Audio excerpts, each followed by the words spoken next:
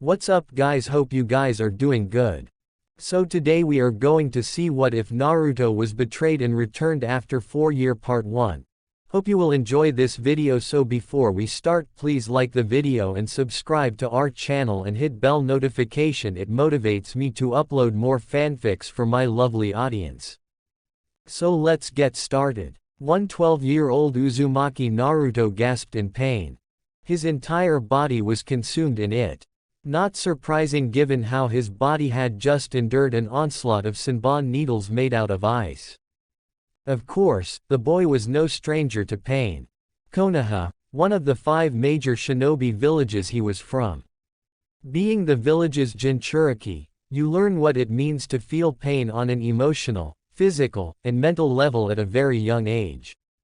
Being beaten, poisoned, stabbed, told you were worthless, had no loved ones, no one would miss you, and your parents, if he had any, was either a bastard man or whore for a woman. The academy from which he learned to be a shinobi was no better. Instructors would mock him, his dream of being Hokage, sabotaged his training and overall development in being a shinobi. The various ninja weapons he bought at stores were of poor quality or those he liberated from trash cans. Still he endured. He was an Uzumaki after all, and a member of the Uzumaki clan does not break no matter the circumstances thrown their way.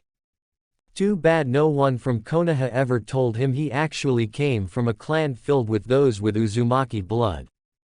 Now do you see, loser? Your life was meant to be used to save me. Someone who has far more worth in his hand than you do in your entire body, mocked Sasuke with a smirk on his face that Naruto couldn't see due to the Uchiha being behind him. Bastard! You used me as a human shield! Exclaimed Naruto while Sasuke held him in place. Of course I did, you pathetic idiot. Why wouldn't I? I'm an Uchiha. An elite. The elite are the strongest in the world. An elite like myself sacrifices the weaklings of the world like you so we don't have to risk getting ourselves hurt by the filth that have the audacity to oppose us. You are weak. You have no business living in this world any more than you have the right to stand near an elite like me, answered Sasuke while tightening his grip on Naruto. Says the guy who is afraid of being hit by a bunch of needles.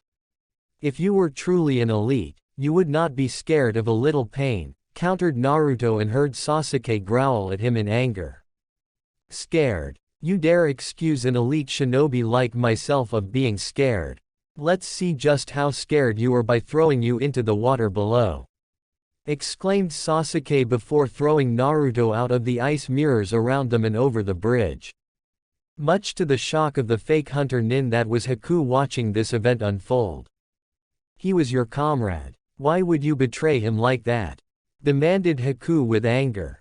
Because I'm an Uchiha. An Uchiha can sacrifice anyone and everyone he wants to win a fight. It doesn't matter if they are friends with us. It doesn't matter if they trained with us for years. It doesn't matter if they are born from the same village as us. They are weak. They are all expendable. Everyone who is not an Uchiha is expendable, declared Sasuke while Haku frowned behind the mask. I see. And how exactly do you plan to beat me now that your human shield has been thrown away? Questioned Haku before readying more Senbon needles. Sasuke scowled at the question, knowing he had unintentionally given into his anger and threw Naruto's body away too soon. Seeing the masked hunter nin ready more of the needles in hand, the Uchiha grit his teeth further in anger, and realized he may have been too hasty in his action of removing Naruto as his personal shield. With Naruto was drowning. The impact from falling into the water at the height he was at when thrown had nearly made him blackout. His body was still filled with needles, so movement, if it was possible, would have been at the bare minimum. Nowhere near enough to keep him afloat. As he sank to the bottom of the ocean floor, the blonde boy and Jinchuriki thought about his life leading up to this point. And came to one single obvious conclusion: it sucked. He had been loyal to Konoha. Despite everything, he had put up with Konoha's abuse. Their sabotage of his education. Their mockery of his dream. His dream of being Hokage and showing everyone he was a somebody. But who was he kidding? His dream was a joke. Even Naruto knew it was a joke. He only held onto it because there was nothing else to hold onto when growing up. What else was there to hold onto? Nothing. Absolutely nothing. The Hokage kept trying to tell him that being the leader of the village meant you the most important person in the village. That you had the respect and love the entire village because you were dependable when they needed you most and they would return it without asking. It was only now in the vast blue ocean and growing darkness did Naruto realize that just about everything regarding Konoha and being Hokage the Sandaime told him was a lie.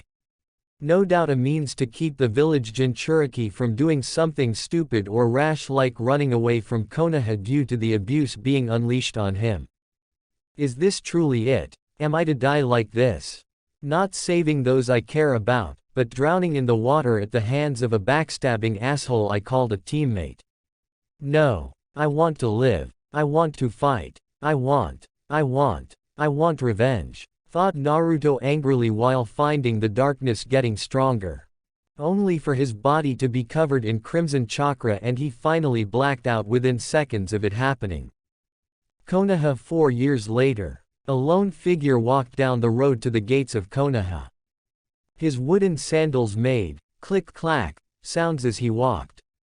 His clothing was black pants, shirt, a crimson trench coat with a large black spiral on the back, and a large straw hat a monk would wear on his head. His face was covered by black cloth, his eye covered by equally dark shades, but it was clear the eyes were far from normal, and the faint red glow behind them was a clear sign this man was not normal. Strapped to his waist-in was an impressive katana. It was protected in a black sheath with crimson lining with the symbol of Uzu at the very top where the figure's thumb rested and almost caressed the symbol itself. As to why this figure was heading to Konoha, he had a wedding to crash. Halt. State your business, commanded an emotionless Anbu standing guard at the gate. Is today the day of the wedding between Uchiha Sasuke and Hyuga Hinata? Asked the figure in a calm yet unreadable tone. It is. Why? Questioned the second Anbu while his hand flexed slightly to get it ready to reach for his sword. Oh good. I almost feared I was too late to attend. I take it everyone is there right now. Hence why I see no one walking the streets behind you, replied the figure with a hint of joy in his voice though for what purpose was unknown. It's by invitation only. Only the Hokage can give out such things to the most important of people. Present your invitation to us and you may pass, commanded the first Anbu. Ah yes. My invitation. Of course. Silly me. Here is my invitation right here, replied the figure softly while reaching into his shirt pocket for his invitation. 2 seconds later both of the Anbu fell over dead due to a single kunai each embedding themselves into their temples. No sooner did that happen, another pair of Anbu wearing the spiral symbol headband swooped in, and removed the dead bodies from sight. The figure put his hand out of his pocket and continued walking as if what just occurred mere moments ago did not just happen. All the while, an army of shadows moved into Konoha, taking out the various shinobi guarding, and hiding in the shadows to protect certain parts of the village. The smirk hidden behind the cloth on this mysterious man's face was the only thing proving that all was going according to plan so far with his entrance into the village. As the figure walked toward where the wedding was to be held, he gazed around Konoha to see the clearly empty streets. Not surprising since basically everyone within the village was attending the wedding. Everyone who was anyone from outside of Konoha was also here too. From the other 4 cages to the daimyos themselves were here to see this apparently grand wedding. Konoha was throwing Uchiha, the Biju killer, Sasuke. The young prodigy of a shinobi of Konoha, who apparently ended the life of the all-powerful Kyuubi. Something not even the Yondaime Hokage was able to do. They loved the boy for it after his return from Nami. A huge party was thrown in Sasuke's honor, The law the Sandaime Hokage made for the boy holding the Biju had repealed within the hour, and no one in Konoha seemed to care about how an innocent young genin and Jinchuriki died to make this miracle happen. If they only knew the truth of what really happened back in Nami all those years ago. The figure walking toward the wedding recalled how things had gone since traveling the world, training, and wandering for the last 4 years through the elemental countries. Righting wrongs. Revealing treachery, deception, truth, and lies made by those in the shinobi world that do not want secrets brought into the light. During his time since his liberation, the figure had been busy using his power to fix several things that if left unchecked would have spelled doom for the world, and could even bring about in his mind the apocalypse.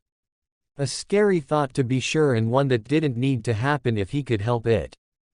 Not that the human race didn't deserve to have the end of the world happen, but there were still plenty of people in the world who also didn't deserve to have the world end. Especially because of power-hungry assholes currently trying to unbalance the universe to becoming a king on top of a mountain made from lots and lots of dead people.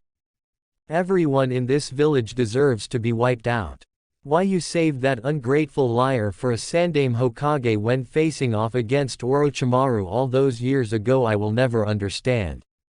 It put you at great personal risk at possibly being discovered far too soon, said a voice only the figure could hear within his head. You know the reason, Kurama. No one is allowed to make the fools within this village be brought to their knees in despair and submission for the sins of the past. No one but me that is. Besides, my actions during the invasion here did far worse to the Sandaime than Orochimaru ever could, thought the figure to the demon in his head known as Kurama while smirking at the memory. It had been months since that fateful day. Learning of Orochimaru's plans for Konoha during the Chunin exams. To kill the Sandaime Hokage over the fact the man known as the Professor had chosen Namikaze Minato over his favorite student. At first, the figure decided to do absolutely nothing, and let the Sannin have his revenge. Let Konoha burn to the ground at the hands of the Sandaime's former student. Instant karma in a way due to the old man's inaction or inability to do what was right. Let one snake kill the other in hiding in monkey skin. However, that changed when the figure realized if he let the snake do this, it would ruin his own revenge against Konoha, and there were still some innocent people in the village who deserved mercy. A small minority of them, mind you, but the last thing the figure wanted was to be like the Sandaime Hokage in terms of letting the innocent suffer to make the guilty pay. All those days of training, planning, and preparing for the moment where he could get some measure of revenge, if only a prelude of the future that was to come, led to the day when Orochimaru struck. Of course, the figure had a few allies of his own, and they set about dismantling the Sannin's plan before the day of the invasion. It wasn't hard. The main force attacking Konoha was in fact Suna, who had been an ally of village in the past, but were now on a decline, and felt this attack would show the might of their village to bring it back to the glory of years past. On the day of the attack, Suna was nowhere to be found among the invaders, much to Orochimaru's shock and displeasure when his sound nin were taken apart. His ace in the hole that was Suna's Jinchuriki Sabaku no Gaara, who was supposed to be unstable, did not act like it on the day of the invasion, and was in fact much calmer than he had been since, ever. In fact, the red-haired boy had not only been calm during his fight with the hero, Uchiha Sasuke, but he trounced the brat for the majority of the fight, and was only stopped from killing the brat when Orochimaru signaled for the invasion to start. Of course, what no one outside of Suna's shinobi council, Gaara's Junin sensei Baki, and Gaara's siblings for teammates knew was they had been approached in the dead of night 1 week before the invasion by the mysterious figure. He had provided proof of their cage being killed by Orochimaru and how the seal on Gaara was in fact flawed to the point where it wouldn't even hold Shukaku back for another year if left alone as it was now. It wasn't surprising to them after the mysterious figure explained how the seal on Gaara was never meant to hold back a Biju at all. That the late Kazekage, in his own rushed attempt to make Suna strong, had decided to seal Shukaku into his youngest using a modified seal meant for the storage of large objects, and felt Shukaku met the criteria based on that one simple qualification. What the Kazekage or the one applying the seal failed to truly realize was Shukaku was not just a large object to be sealed, but a living, breathing entity, and one that would not stay silent if given the chance to be heard. The seal used on Gaara would hold Shukaku for a time as was the initial design of it, but that was on the condition of the Biju choosing not to move around so much. That the Biju wouldn't try to move around in his cage to break free. The seal itself also lacked any kind of defense against Shukaku influencing Gaara in terms of possession or speaking ill-will-based thoughts to the boy. Had such defense mechanisms been put in place, Gaara would have indeed been the ideal Jinchuriki with a sound state of mind to go with his body. It also wouldn't have hurt if the poor boy had actually been loved over being constantly hated and seen as a monster like the Kazekage had people do. It took a few hours to carefully deal with Gaara's seal, which Shukaku didn't want to be altered to hold him in an even tighter cage, but one look from beyond the shades made the Biju go quiet in fear. Gaara didn't understand it at first, but a simple nod from the figure made the red-haired boy nod in sudden understanding. By the time it was over, the seal was altered to properly contain a Biju while still allowing Gaara to keep his mastery over the sand in his gourd.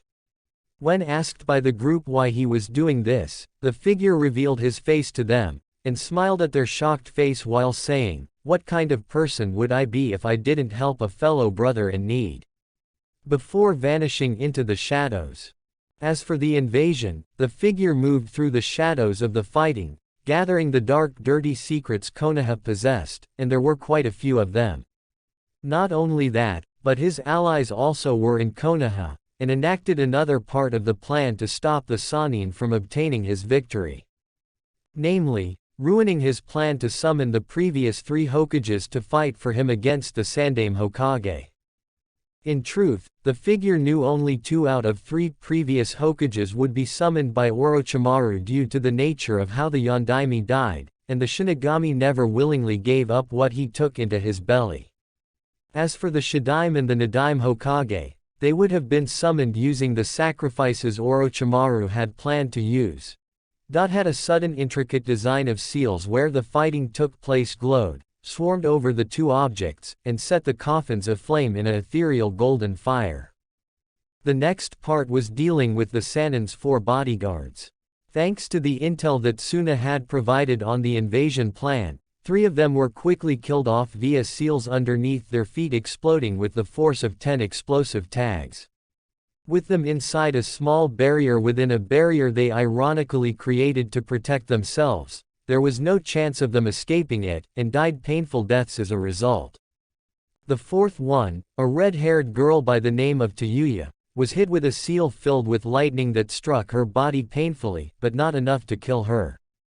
It just knocked her out for the time being. Angry at having his plans ruined in such a humiliating fashion, Orochimaru tried to flee to gather what forces he had left, and figure out how everything around him fell apart. The Sandaime moved to pursue him if not for a hidden seal he stepped on that exploded and sent him flying back with his leg being badly injured in the process. Given his old age and the injury itself, the man could no longer be Hokage, and would need to choose a successor. As for the Sannin, he had regrouped with Kabuto, and fled to Rice Country where one of his many bases were located throughout the world. But when they got there, the 2 were at a loss to see the place completely destroyed, and the cages holding experiments were empty. The lab area itself was destroyed, data lost, and the knowledge gained from years of work had now become unsalvageable. There were a few dead bodies lying around in various areas, namely the guards, and the mindless drones willing to die for their master. By the time Orochimaru and Kabuto had made their way to the heart of the base, it had been too late to realize a trap had been set, and the destruction was merely the bait to lure the 2 into it. If one were to see the destruction of the base from the outside, One would think it was an explosion worthy of Deidara, the mad bomber of Iwa himself. With the Sannin and his right-hand man now dead, the figure along with his allies moved on to other things for the next 4 years in moving through the shadows, getting stronger, and preparing for the confrontation that was to come. Word of the snake's death would soon spread through Jiraiya's spy network, which was something the figure wanted to happen, and send Konoha if not the entire elemental countries into a state of uncertain panic.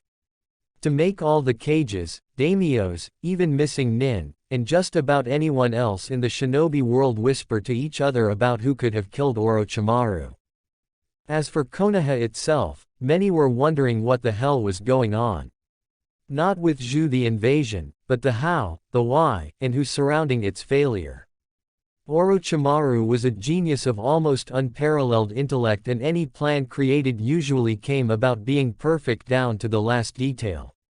So how was it the man's plan blew up, in some cases quite literally, in his face, and caused it to fall apart the moment since the start when the signal was given? It left many of the higher-ups baffled, including the Sandaime and Nara Shikaku. They could only conclude that an outside force had gotten wind of the attack and decided to intervene to sabotage it. Though why this outside force didn't reveal themselves to get a much-deserved thanks was another mystery to them and made a few people nervous. Suna was being tight-lipped on the issue since they felt revealing they were part of the original plan would just make things worse in terms of straining the alliance they still had. Besides, they had far bigger, and more important things to do, like find a suitable cage if only a temporary one. Not only that, but the Wind Daimyo suddenly being assassinated shortly after, and a new one taking his place meant showing the feudal lord they were still worthy of funding. Fortunately, it seemed the new Wind Daimyo had more sense than his predecessor, and was sending more funds to Suna to bring them back to their former strength. And Suna wasn't the only one going through changes either. Kiri had ended the civil war caused by the Jinchuriki for a Mizukage. The rebellion that was led against him by one Terumi Mei had won with the help of the returning Momochi Zabuza and Haku. In fact, it was due to the additional aid of some very mysterious, yet powerful figures that helped fight against the Mizukage. They even made sure Yagura was defeated before he could even use the Biju inside of him. Though how that was the case was a mystery to many who saw the Jinchuriki of the Three Tails in such a subdued state. Zabuza, who had barely escaped with Haku after the incident on Nami, wanted to take the man's head, but the third party aiding the rebels wouldn't let him. When asked why, the figures produced a book, a journal written by the Mizukage during his time ruling over Kiri, while one of the masked figures simply whispered, "Read it," to them before they vanished with Yagura in tow. Of course, upon reading it, everyone soon discovered the man they had been fighting, who also just so happened to be a Jinchuriki, and abused one as a child to boot, had been a puppet of another. Someone with the Sharingan eye, from what was learned in the man's journal, was controlling Yagura. Telling him to hate bloodline users, being cruel to everyone around him, and by nothing short of being a tyrant. When the influence from the eye that possessed Yagura was at its weakest, the man was able to write vague cryptic messages in them in the hopes this journal would one day be found, and reveal he was not the monster the history books would no doubt portray his actions. Some in Konoha first assumed it was Uchiha Itachi, who was the one responsible for such a thing, but that was shot down immediately by Jiraiya. He explained the Mizukage had been acting violent regarding bloodlines during his reign long before Itachi went rogue, so it wasn't him. The only conclusion the Sannin could give them was there was someone out there with a Sharingan at his or her command. Possibly someone similar to Kakashi with his eye, or maybe even another Uchiha who wasn't around when Itachi killed the rest of the clan. Needless to say, it made a few people among the higher-ups very nervous for reasons they would not dare disclose. In terms of choosing a successor, the now former Sandaime Hokage had nominated his second student Senju Tsunade for the position. Sadly, the woman was not in the village, and would have to be found by his third student Jiraiya. The man had been brought back earlier than expected by the elderly Hokage after hearing of Naruto's death, and it had made the Toad Sannin quite angry. Not at the loss of his godson per se, but rather the loss of Konoha's Jinchuriki, and weapon deterrent he was meant to train in the future. Not only that, but Jiraiya believed the boy was foretold to be the child of prophecy, and thus required his attention when the time was right.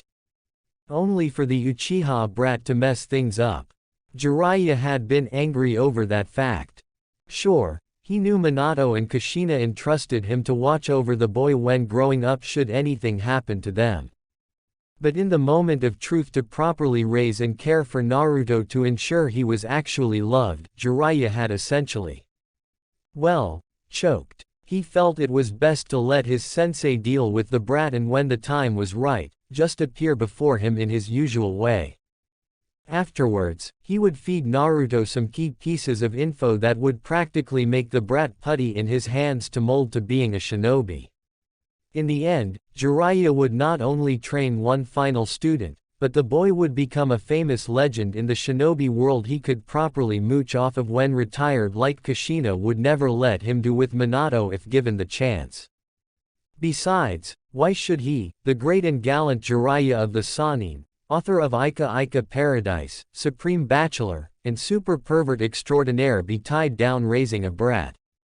Much less a Jinchuriki. In Jiraiya's mind, it didn't matter if the boy was Minato's son. His former student should have known better to entrust the kid to being raised by him. While he loved Minato like a son, the Sannin didn't believe a Jinchuriki, regardless of lineage, should be given a free ride in life, and had to learn that not everything was all sunshine and rainbows. When Tsunade was eventually found, she wasn't in the best of moods. Far from it. Even more so when it came to seeing him. Apparently, someone or some unknown group had gotten in contact with her before he did. They also told her quite a few things about one Uzumaki Naruto and how he was treated before dying on a mission at the hands of the Uchiha teammate who used him as a human shield before throwing the boy over the bridge to die in a watery grave. It got even worse when this unknown individual or group told the woman how Konoha celebrated Naruto's death and hailed Sasuke a hero with the title, the Biju Killer, for his effort to remove the Kyuubi. The fact the boy was Minato and Kushina's son only made Tsunade's anger grow. Being part Uzumaki herself on her grandmother Mito's side, the slug Sannin felt she had lost yet another person, and once again blamed Konoha for it. Tsunade was the daughter that Tsunade always wanted in life, just like Minato was the son Jiraiya always wanted. The lack of perversity the blonde man didn't have, the Toad Sage tried to pass down before Kushina put a stop to that. The only difference was Tsunade would have been there for Kushina if she had known about the pregnancy, but no one had told her due to constantly traveling with Shizune during this time, and was practically unreachable.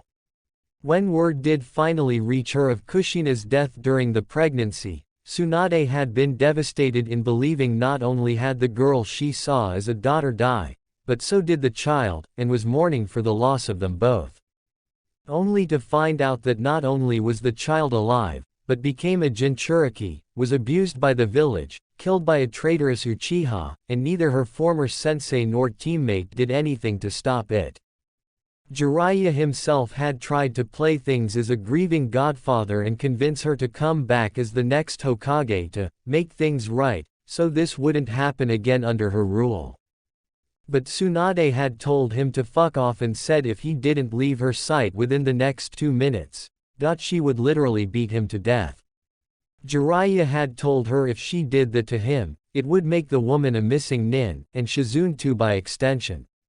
He had played it off with him being humorous, but the veiled threat was clearly there in his eyes, and the man waited to see how Tsunade would handle it. And surprisingly, Tsunade reacted in a way he did not expect her to react. She punched him right out of the bar they were in, and followed up by kicking him quite literally out of the city they were in. When Jiraiya managed to recover and try to find Tsunade again, she was nowhere to be found, and even his spy network seemed unable to find her. When Jiraiya came back to deliver his report on the failed mission, his sensei had been less than pleased, and had no choice but to make Tsunade a missing nin. It had been a very devastating blow to the Sandaim's ego and legacy knowing that he had yet another student become a missing nin.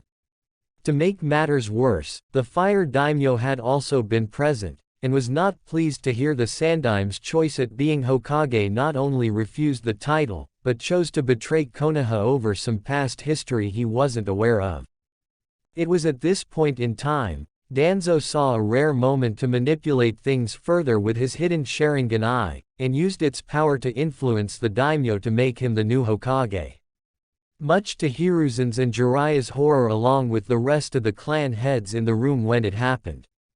Homura and Kaharu had agreed to it instantly, seeing the one they sided with on many occasions over the years become Hokage, and a chance to make Konoha the military powerhouse they wanted for years. Since then, Konoha had been anything but a bright light in a rather dark shinobi world.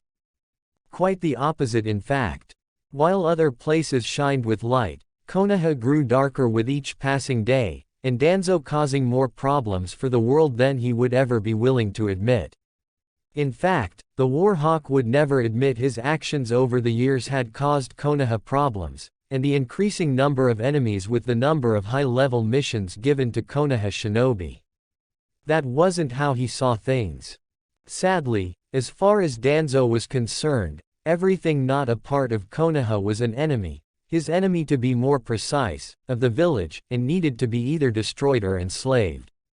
Once he became Hokage officially, Danzo ordered Root be brought back officially, and that 1/3 of all clans with the most potential be sent to the Root program to be given proper conditioning to be the elite shinobi among the village. Naturally, the clan heads outright refused the order, saying they had seen what Root does to their clansmen, and would not allow more of them become emotionless like all the other Root shinobi that Danzo had under his command. Danzo countered such an act was an act of treason, but Shikaku reminded him that it was against Konoha's charter that clan heads must surrender so many of their members to an organization of Konoha. The Nara also reminded the new Hokage that it was also against the law, one of the few that even the Hokage himself could not change, or break since it stated clan members must volunteer willingly to join without any influence from outside forces. Naturally, it upset Danzo something fierce knowing there were laws in the village even he must yield to his Hokage despite his position. Regardless, the man made it his mission to make his ranks among Root swell with new recruits, and the most elite among them would be assigned to guard him. Not surprising when he got said recruits right from the orphanage or stole them from other places all throughout the elemental countries. It didn't matter if they were homeless or had families to call their own. In Danzo's eyes, if you were taken, then you belonged to Root, and thus belonged to him. As for his own position as Hokage, the man made it quite clear that his authority as Hokage was absolute when decisions were made for the good of Konoha, and the civilian council easily caved while the shinobi council were already behind him 100%. Indeed, though his replacement is just as pathetic, if not more so with the way he is running this village. Hashirama must be rolling over in his grave while Madara is no doubt laughing at him for how far it's fallen, commented Kurama while the figure he lived in just nodded slightly. Well, what did you expect, Kurama? The man has been making a lot of enemies left and right without even considering the idea that his actions would only doom the village in the future. Besides, unknown to Danzo Tem, many of his past illegal activities have been exposed to the other shinobi villages, and the countries where he was taking children to turn into his emotionless pawns en route. His days at being Hokage are numbered, and so are his supporters in what he's done since taking the hat, thought the figure while he got closer to his destination. I still can't believe the Uchiha is going to marry the Hyuga girl, who had a crush on you. It makes me sick at the idea of them being together, remarked Kurama while his vessel growled angrily. It's not official just yet, Kurama. In fact, I intend to make this farce of a wedding go from white to bloody red very soon, thought the figure while Kurama let out a chuckle. To think, it only took your allies, and long-lost family to make you realize just how much that girl cared about you. Of course, the way she beat the snot out of her cousin when he insulted you was also one for the history books, commented Kurama with the figure sighing with regret at so many wasted days spent chasing the other girl. After Uzumaki Naruto was reported dead, it had caused a major shift in emotions for one Hyuga Hinata. First, the news had nearly destroyed the shy girl. She locked herself in her room and didn't come out for 2 weeks. The poor girl would have stayed in there sooner had it not been for her sister, who unintentionally unleashed a fire in Hinata, and had no intention of going out anytime soon. How did Hanabi do this? By insulting Naruto's memory. With the dead boy's secret now out for the village to know, and some to twist to fit their point of views, Hanabi had no real problem insulting the boy like the elders often did. Besides, what was Hinata going to do? What was Hanabi's forever shy, timid, and ultimately spineless sister going to do to her younger sister she never won against in spars? The answer. Hinata snapped. She not only snapped, but rather went on a rampage by busting down her door, and proceeded to beat Hanabi almost within an inch of her life. It was as if Hanabi had unknowingly flipped the on switch to Hinata's anger and made the painful truth known to everyone that the girl could have beaten her younger sister in their spars at any time. The only reason she didn't was because Hinata was a kind, sweet, and gentle girl who didn't like fighting her family. Sadly, Naruto's death had in some way effectively caused the death of Hinata's gentle nature toward her family. Following that day, Hinata was no longer kind to any member of her family whether they were main or branch family. Why should she? The main family saw her as a weak little girl with no talent in gentle fist whatsoever. The branch family saw her in the same manner, but also because such a weak Hyuga heiress would be unable to free them all from the traditions of the Hyuga clan main family enslaving them. After Naruto died though, they saw a transformation in the girl from sweet and gentle to cold and ruthless to anyone who upset her. Neji learned that the hard way in the Chunin exam preliminaries. He didn't believe that Hinata had changed that much despite what he heard happened to Hanabi. The boy had been away on a mission at the time when Hinata had exploded in a fit of rage, so hearing it from another branch family member who witnessed the beating with fear made the prodigy skeptical. When it was his turn to fight Hinata in the preliminaries, the prodigy mocked Hinata, and her anger over everyone who was insulting her crushes memory. He even went to say that fate decreed Naruto was weak, and unworthy of living much less being a ninja of Konoha. That Uzumaki Naruto was simply fated to die a weak and pitiful excuse for a shinobi. In the end, Neji learned a very painful truth when fighting his cousin that day. Hyuga Hinata, when pissed off before a fight, was a monster in human skin. Neji had lasted for barely 5 minutes into the fight before Hinata had crushed him into the ground and left him barely conscious. To make matters worse, Hinata publicly used the cage bird seal on his head, and looked him dead in the eyes while doing it. After finally stopping before she caused any permanent damage, Hinata told Neji that her using the seal on his head could have been done at any time, and to not embrace fate like it was the answer to life's questions. Well, what did you expect? I was in a village where love was a foreign concept to me. I didn't know what the signs were of her liking me in such a way. My education wasn't what you call great, you know. Thought the figure with Kurama nodding in agreement. Indeed. Though how this wedding came about baffles me. I thought this girl's father wanted a strong heiress to rule the clan in the future. Questioned Kurama while his vessel sighed again. He does. But Hinata has shown she is currently too strong to be controlled by anyone in the clan. Her own sister is afraid of her. It's why he helped arrange this marriage with the Uchiha in the belief the Tem would keep her in line, thought the figure while his mind went down a dark path to what he would do to the Uchiha if the asshole ever touched her. That fool for an Uchiha wouldn't last 10 seconds with her in any way. You have seen her from afar in secret and know for a fact the Hyuga vixen could beat the Uchiha easily in a fight. She most likely will kill him later today after they marry. Though why she doesn't fight this further stuns me. Not that it matters since the wedding is about to be crashed.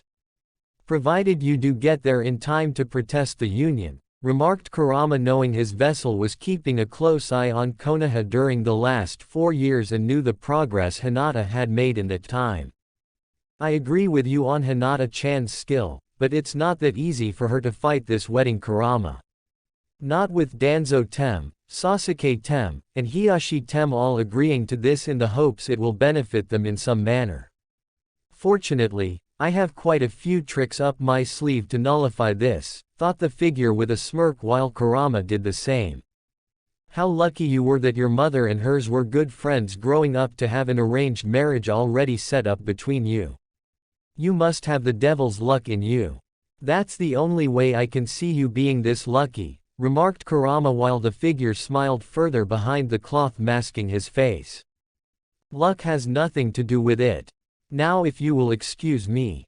I have a wedding to crash and an Uchiha to make bleed for his past sins, thought the figure before being stopped at the temple almost cathedral-like within Konoha where the wedding was to take place by 2 root nin standing guard. Halt. This place is forbidden to outsiders unless you have an invitation, stated a root nin in an emotionless tone. I am well aware of the wedding happening inside. That's why I am here, replied the figure with the pair of root nin glanced at his sword. Then you won't mind surrendering your sword and providing us with your invitation as proof of being invited, said the second root nin, who was clearly an Aburame judging by the way he was covered up, and wearing shades. Of course. Let me see here. Invitation. Invitation. Ah. Here is my invitation, replied the figure before triggering the seal on the sheath of his sword and shot the weapon out like a bullet with the butt of the hilt hitting one of the root in the face in the nose. The impact of the force from the hit sent the cartilage and bone straight into the man's brain for an instant kill and slumped down dead on the ground. What the exclaimed the second root nin before feeling a fist go right through his chest where the heart was located. It is well that you and your comrade are nothing more than mindless emotionless drones in the service of a crazed war hawk of a leader. The guilt of killing you and your master will weigh less heavily on my soul, remarked the figure before pulling his hand out and watching the body fall while flicking the blood off his now clawed hands.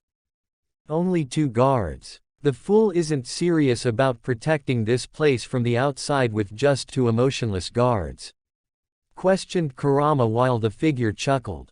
Considering how we have been thinning out his ranks of root nin just the last year alone faster than he can replace them, I imagine most if not all of them are inside to protect the bastard. Considering all of the cages, their escorts, and even the daimyos with their own bodyguards are in there too, it's not surprising he would have them there watching them.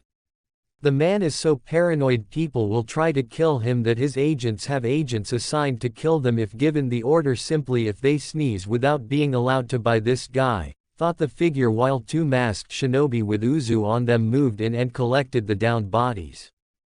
Heading toward the door, the figure signaled for his agents in the shadows to take to the top of the temple, and enter from there. After a second of waiting for them to do this, the mysterious figure opened the door slightly, and entered the large temple. Inside, he could hear people talk with anticipation about how the great Biju killer was going to marry the infamous Hyuga, Icy Heart, Hinata, and bring 2 great clans together. People from within and without of the village were in attendance, though not all of them seemed to be happy. Most of the rookies that graduated together didn't seem happy about this, as they knew Hinata did not love the Uchiha in the slightest.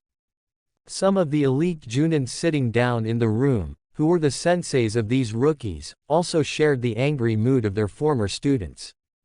The only one who didn't was Kakashi, who was pleased to see at least one of his students live long enough to settle down, and form a family with a girl. With Naruto dead for the last 4 years and Sakura being violently killed on a simple errand to deliver documents to the Fire Daimyo shortly after becoming Chunin 2 years ago, it made the one visibly eyed Junin believe Team 7 was in fact cursed. No one knew who killed Sakura or why it was done so violently. All they knew was the girl had died slowly, painfully, and the look of horror showing on what was left of her face with the one remaining eye dangled from its socket meant she knew the attacker. The fact the area where she was found indicated was a direct route to the Fire Country capital meant this person did not relocate her when they met. The lack of disturbance in the area around them also meant the two didn't fight right away, but rather talked for a time before something went south, and the attacker, judging by the one pair of sandal marks found beside Sakura's, decided the time for talking was over.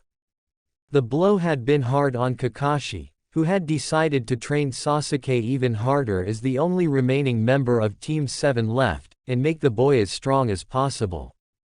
He didn't believe Sasuke had sacrificed Naruto despite what happened in Nami. After Haku put the Uchiha in a fake death state, the fake hunter Nin had revealed just what the Uchiha had done before quickly taking Zabuza away before the Konoha Junin could kill him, and left Kakashi in a state of stupefaction until it was time to deal with Gato's army of thugs. It was a good thing the people of Nami had come together to form their own army, otherwise a winded Kakashi along with his remaining students wouldn't have survived. After the fighting was over, it was discovered that Gato was killed when some idiot thugs accidentally elbowed the short man in the face during the fighting to protect him, and he fell off the bridge into the water below. If the fall didn't kill the man, the water soon would due to the impact no doubt breaking a bone here or there, and the man already had his army broken by Haku at an earlier point in time. When Inari had asked where Naruto was, Tazuna had told everyone what happened since he heard what Haku had said, and while he didn't want to believe the words of a missing nin, there was just something about the masked shinobi that told the old bridge builder it was the truth. Needless to say, it brought about very mixed feelings on how to treat Team 7 following that little announcement. On one hand, they were happy Gato was no more. They were free from a tyrant that tried to drain them of life, happiness, and anything else they held dear.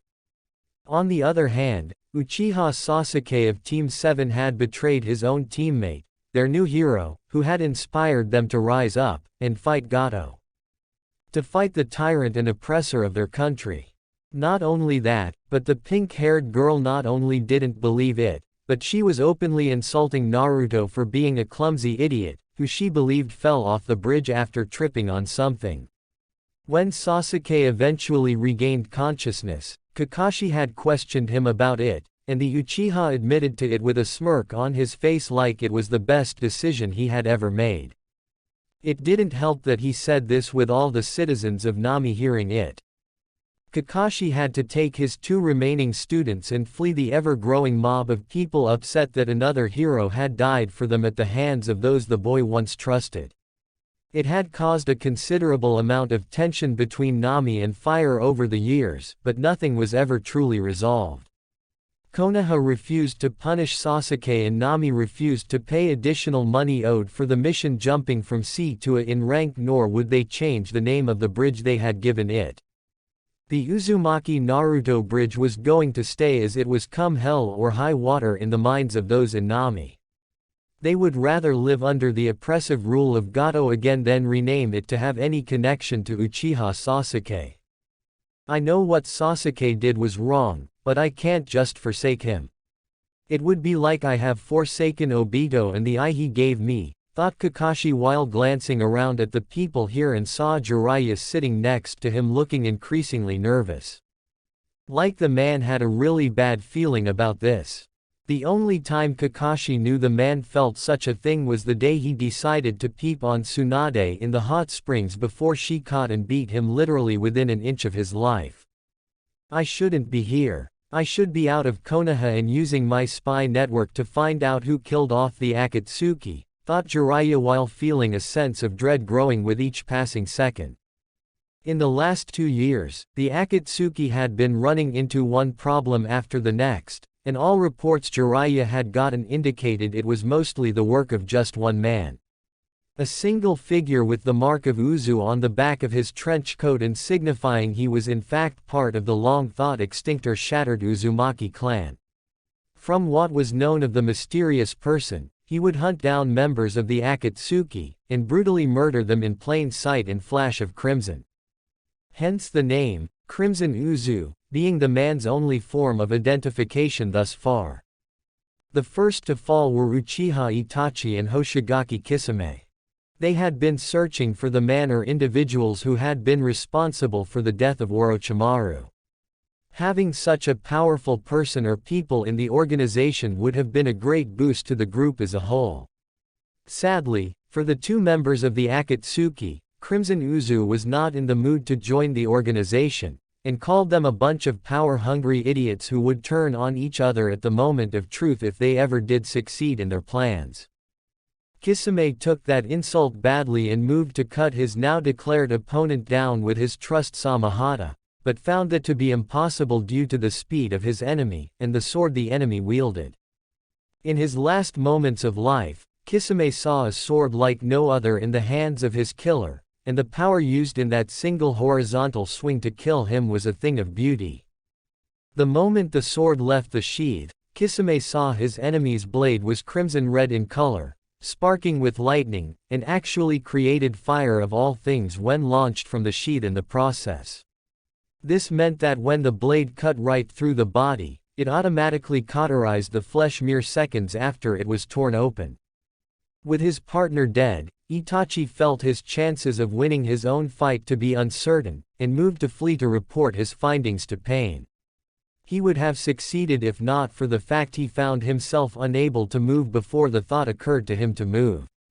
How was this possible? The man had his feet up to his legs wrapped in chakra chains before they went to his arms and neck, with the pointy tip of the chains going into the man's eyes straight to the brain. And that was all before Crimson Uzu had violently ripped apart Itachi's body from the waist on up. The only remains sent back to Konoha was a dried-up hand, some hair, and single vial of blood with just enough to do one DNA scan to see if it was the Uchiha. Naturally, it pissed off Sasuke something fierce at having his one ambition denied, and he decided to have this one done now instead. Of course, Sasuke easily chose Hinata for this take, not only because she was strong, as she was much stronger than his fangirls, or any other female around their age, but because Hinata loved and still loved Naruto more than anything. He wanted to stick it to Naruto from beyond the grave even further by marrying and having kids with possibly the only girl in Konoha that loved the pathetic idiot. The second pair of Akatsuki to fall were Deidara and Sasori. They had been charged with getting Gaara for the sealing of his Biju into the statue and had attacked Suna. Only for them to be ambushed not just by Crimson Uzu, but others wearing the symbol of Uzu on their headbands. This helped spark rumors of Uzu and the Uzumaki clan itself being very much alive, though no one from either Jiraiya's spy network or from Danzo's route could confirm this. The third pair of the Akatsuki to suddenly fall only a mere 2 weeks later were, to the surprise of many, the infamous zombie brothers, Kakuzu formerly from Taki, and the Jashin priest Hidan. Out of all the members of the Akatsuki, those two were said to be the closest one could get to being immortal, with one having 5 hearts, and the other having made some deal with a deity to live forever in exchange for offering violent sacrifices in the form of people on a near daily basis. After that, the only remained members were Pain, Konan, Zetsu, and of course, Tobi. It had bothered Jiraiya considerably when he heard about how AIM had suddenly been destroyed, leaving just a massive crater where the village once stood. He had heard some rumors about the leader there possessing a powerful dojutsu and wondered if one or more of the orphans he trained in AIM for a time had been alive.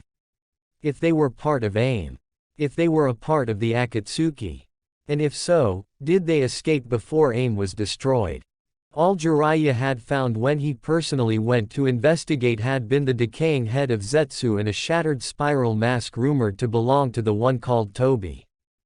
Oh, will you calm down, Jiraiya? You can go one day without peeping on women in the hot springs, commented Hiruzen, who was sitting right beside his former student with a cane in hand to support him now that his damaged leg was replaced by a prosthetic one from Suna thanks of the puppetry division. That's not why I am nervous, sensei. I just feel as if something bad is going to happen. Like Tsunade is going to appear out of thin air and kill me like only a woman with her knowledge of the human body can. Jiraiya shot back at Hiruzen while getting a feeling he was being watched at various angles by people. And not all of them were friendly. It wasn't long before everyone was eventually seated. An elderly fire monk from the fire temple at the altar where one Uchiha Sasuke stood in suit and tie with a smirk practically saying, "Victory is mine," on his face. It was clear the Uchiha was enjoying this way too much and was going to make sure to savor today well into tonight. Soon music started to play and everyone turned to stare at the beautiful woman wearing a white dress slowly moving down the aisle. And boy was she a woman of perfection, sans the scowl promising certain death to the groom she was about to marry currently on her face. I almost want to see this wedding happen, if only to watch it turn into the Uchiha's personal funeral the moment their marriage is made official by the monk. Almost, remarked Kurama with a grin on his face. I have something else in mind, thought the figure while listening to the fire monk go on and on about love, devotion, and how these two symbolized opposite matches coming together and in great union. The fire monk wasn't entirely wrong. It was a match, made in hell. And an evil unholy union to boot. If these two should not be wed for any reason, please speak now or forever hold your peace, said the fire monk while no one expected to object, though several people did want to since they knew Hinata wasn't doing this for love or devotion. This was forced upon her. It was about as opposite of love as you could get. I object to this wedding, marriage, and everything about this charade put together by greed, people desiring power, replied the shadowy figure in the back. Naturally, there were loud gasps from shocked civilians. Growls of anger from certain shinobi in the room. All of which increased the moment the Crimson Uzu made his appearance for all to see and was walking down the aisle calmly. Some Konoha shinobi in the room drew their weapons, others moved to protect Danzo and the fire daimyo from harm. Who are you to deny me what is mine? Who are you to deny me? Uchiha Sasuke, the Biju killer and future Hokage of Konoha, demanded Sasuke while a light chuckle left the form of Crimson Uzu as if the Uchiha had just told a joke. Biju killer. You. What Biju did you kill exactly? You didn't kill the 1 tails, or 2, or 3, or 4 through 6, and certainly not 7 nor 8, remarked Crimson Uzu while Sasuke smirked. You forgot about the 9th. The Kyuubi. I killed it and its weak jailer. I am the greatest Uchiha since Madara and I did what no one has ever done before in the history of the ninja world. I killed the mightiest of the Biju. Exclaimed Sasuke while his eyes were now in the form of the Sharingan and spinning wildly. I see. I can understand where you're coming from with such bragging rights. Such a feat would indeed make you the greatest of all the shinobi in the world. If it would be true, said Crimson Uzu with Sasuke looking livid and his supporters also looking quite angry at having the Uchiha being called a liar. It is true. I killed them both. I used that weakling Naruto as a shield against the enemy's projectiles in Nami and threw him off the bridge afterwards so he died a watery death. He should have been honored to help preserve my life. After all, he was nothing. Just a weak loser when compared to me. Declared Sasuke while Hinata was getting angrier with each passing second, hearing this, and was moments away from stabbing the Uchiha's heart to shut it down forever when a cold cruel laugh left Crimson Uzu's mouth.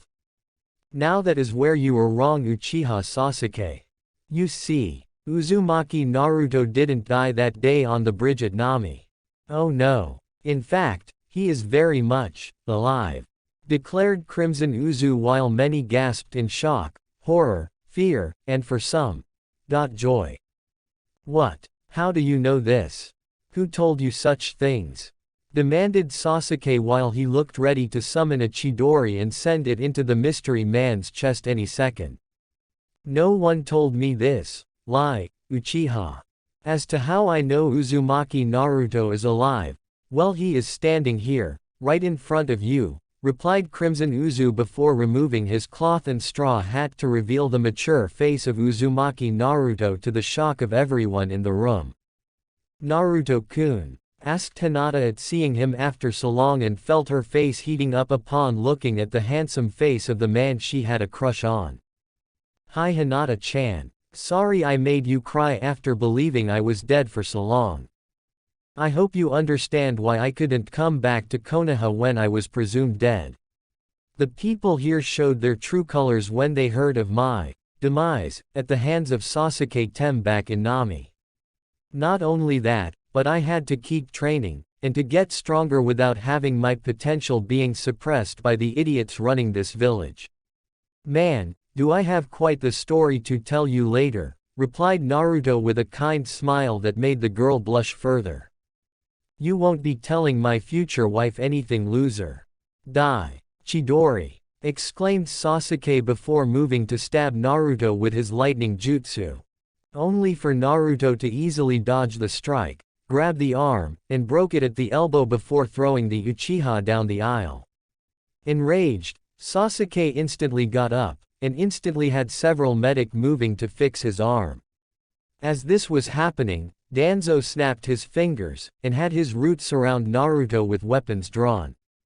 Uzumaki Naruto, for your desertion of this village and other crimes you have done since being born, as the current Hokage of Konoha, I Shimura Danzo, hereby order your arrest, and imprisonment for the remainder of your life. Or until a proper vessel can be found so we can extract the Kyuubi from you and place the Biju into a new vessel, commanded Danzo with Naruto grinning evilly at him. Really? You want to play that card, Danzo? I have enough dirt on you to start a one-sided shinobi war, remarked Naruto while Danzo frowned at him. You have nothing on me, boy. Even if you did, I have full immunity from such things the moment I became Hokage, replied Danzo with Naruto laughing at him. Not when you keep doing it after becoming Hokage. Besides, you only got that position using that Sharingan you have hidden away behind those bandages. Not to mention the Sharingan eyes you harvested from the Uchiha clan following their failed rebellion and grafted to the arm filled with Senju Hashirama's DNA. Orochimaru's own notes on the subject when I raided his base holding the documents were very precise, countered Naruto and saw Sasuke looking from him to Danzo in shock. What do you mean he took the eyes from my clan? What failed rebellion? My clan was massacred by Itachi to test his power, exclaimed Sasuke while Naruto kept on smirking. You mean he didn't tell you? Huh. That's rich. After all these years of being loyal to this village, the truth about your clan planning a coup was still kept from you. Judging from the looks on the other clan heads and the seething faces of the shinobi elders, I see a lot of things were kept hidden.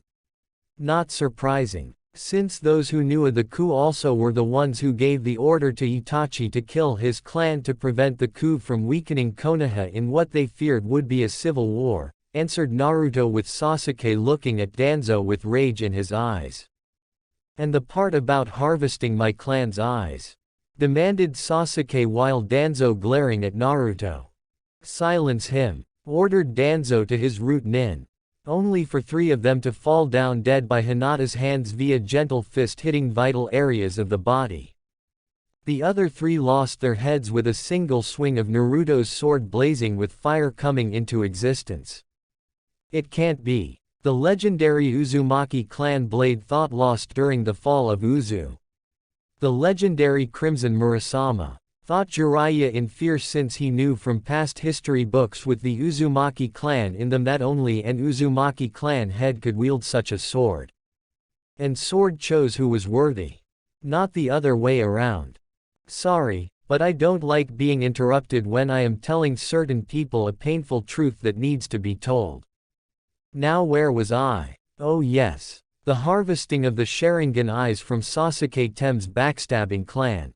After Itachi carried out the order to kill everyone in his clan, except for the emo currently seething in anger over here, Danzo had his root agents swoop in to take the eyes out of all the corpses while they were still fresh.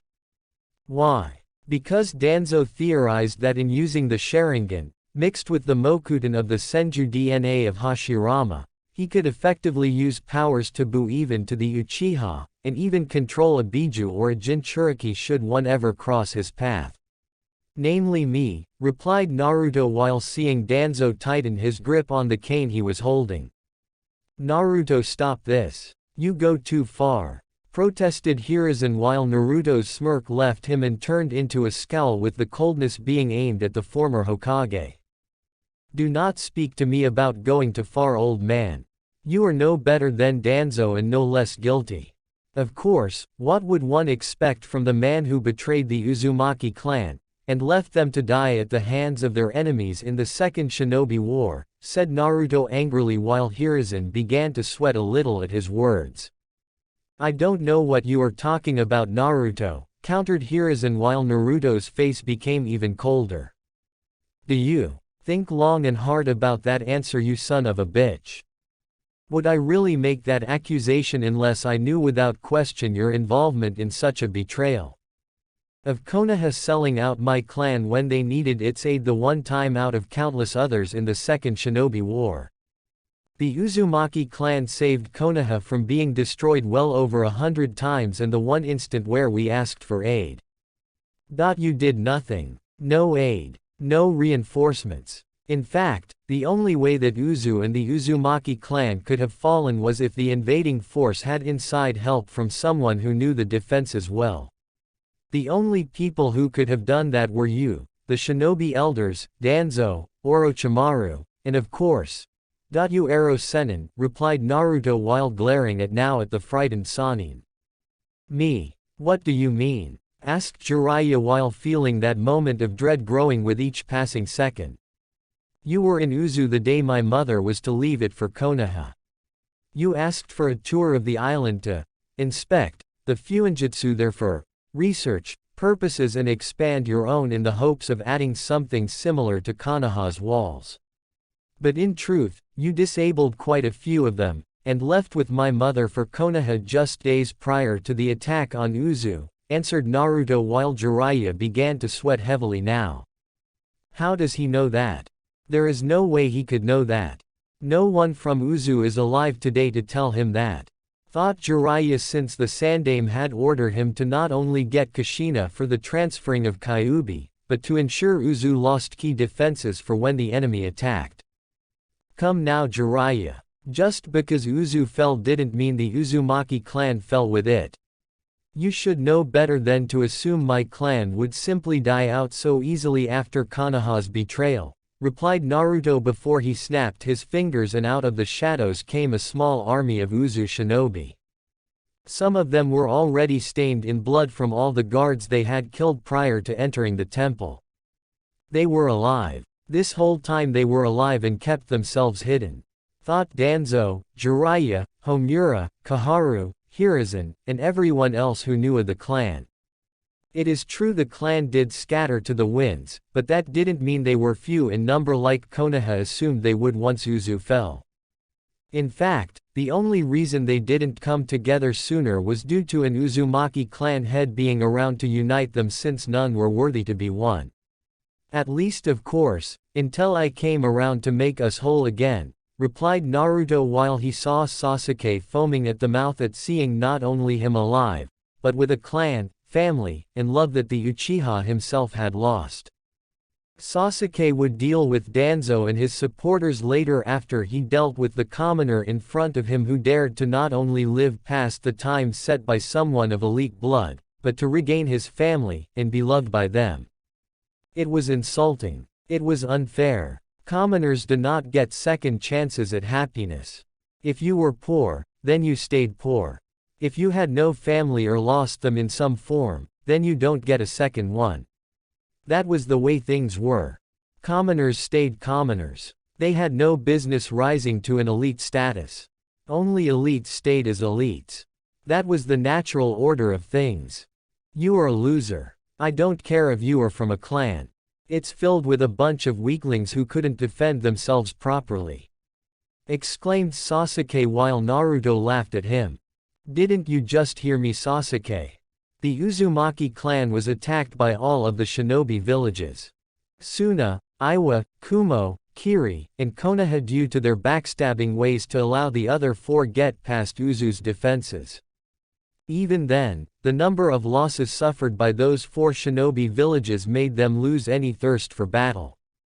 It was why Suna became allies with Konoha in the first place, because the Uzumaki clan was still considered as much on paper and didn't have the strength to face its neighbor. Iwa and Kumo suffered the most from it, which was why the former wanted my mother dead, and the latter wanted to use her to make more Uzumaki clan members they could control. Kiri's own losses helped plant the seeds of how bloodline users were nothing but trouble, which only grew when Yondaime Mizukage, and Jinchuriki was used as a puppet by the leader of the Akatsuki to start the bloodline purge. As for Konoha, they wanted to keep the Kyuubi in Konoha because they knew by that point, without the fox in the village, well, they would easily be wiped out by the other Jinchuriki from the other four villages. And only an Uzumaki can hold the Kyuubi within them, replied Naruto while giving a smug smirk to the scowling figures who had a hand in his suffering. I do have a name, you know, remarked Kurama with a growl. And you want these idiots to hear it? I thought you were picky on who knew your name, thought Naruto with Kurama growling. Point taken, replied Kurama, since he was picky on who knew his name. Besides, they would never accept you having a name. They would sooner denounce it, claiming a Biju can't, won't, and don't have names, thought Naruto while seeing the Biju inside of him nodding again. He's right, sensei. You should have known better, remarked a man walking through the front doors of the temple wearing an Uzumaki clan-style shinobi uniform.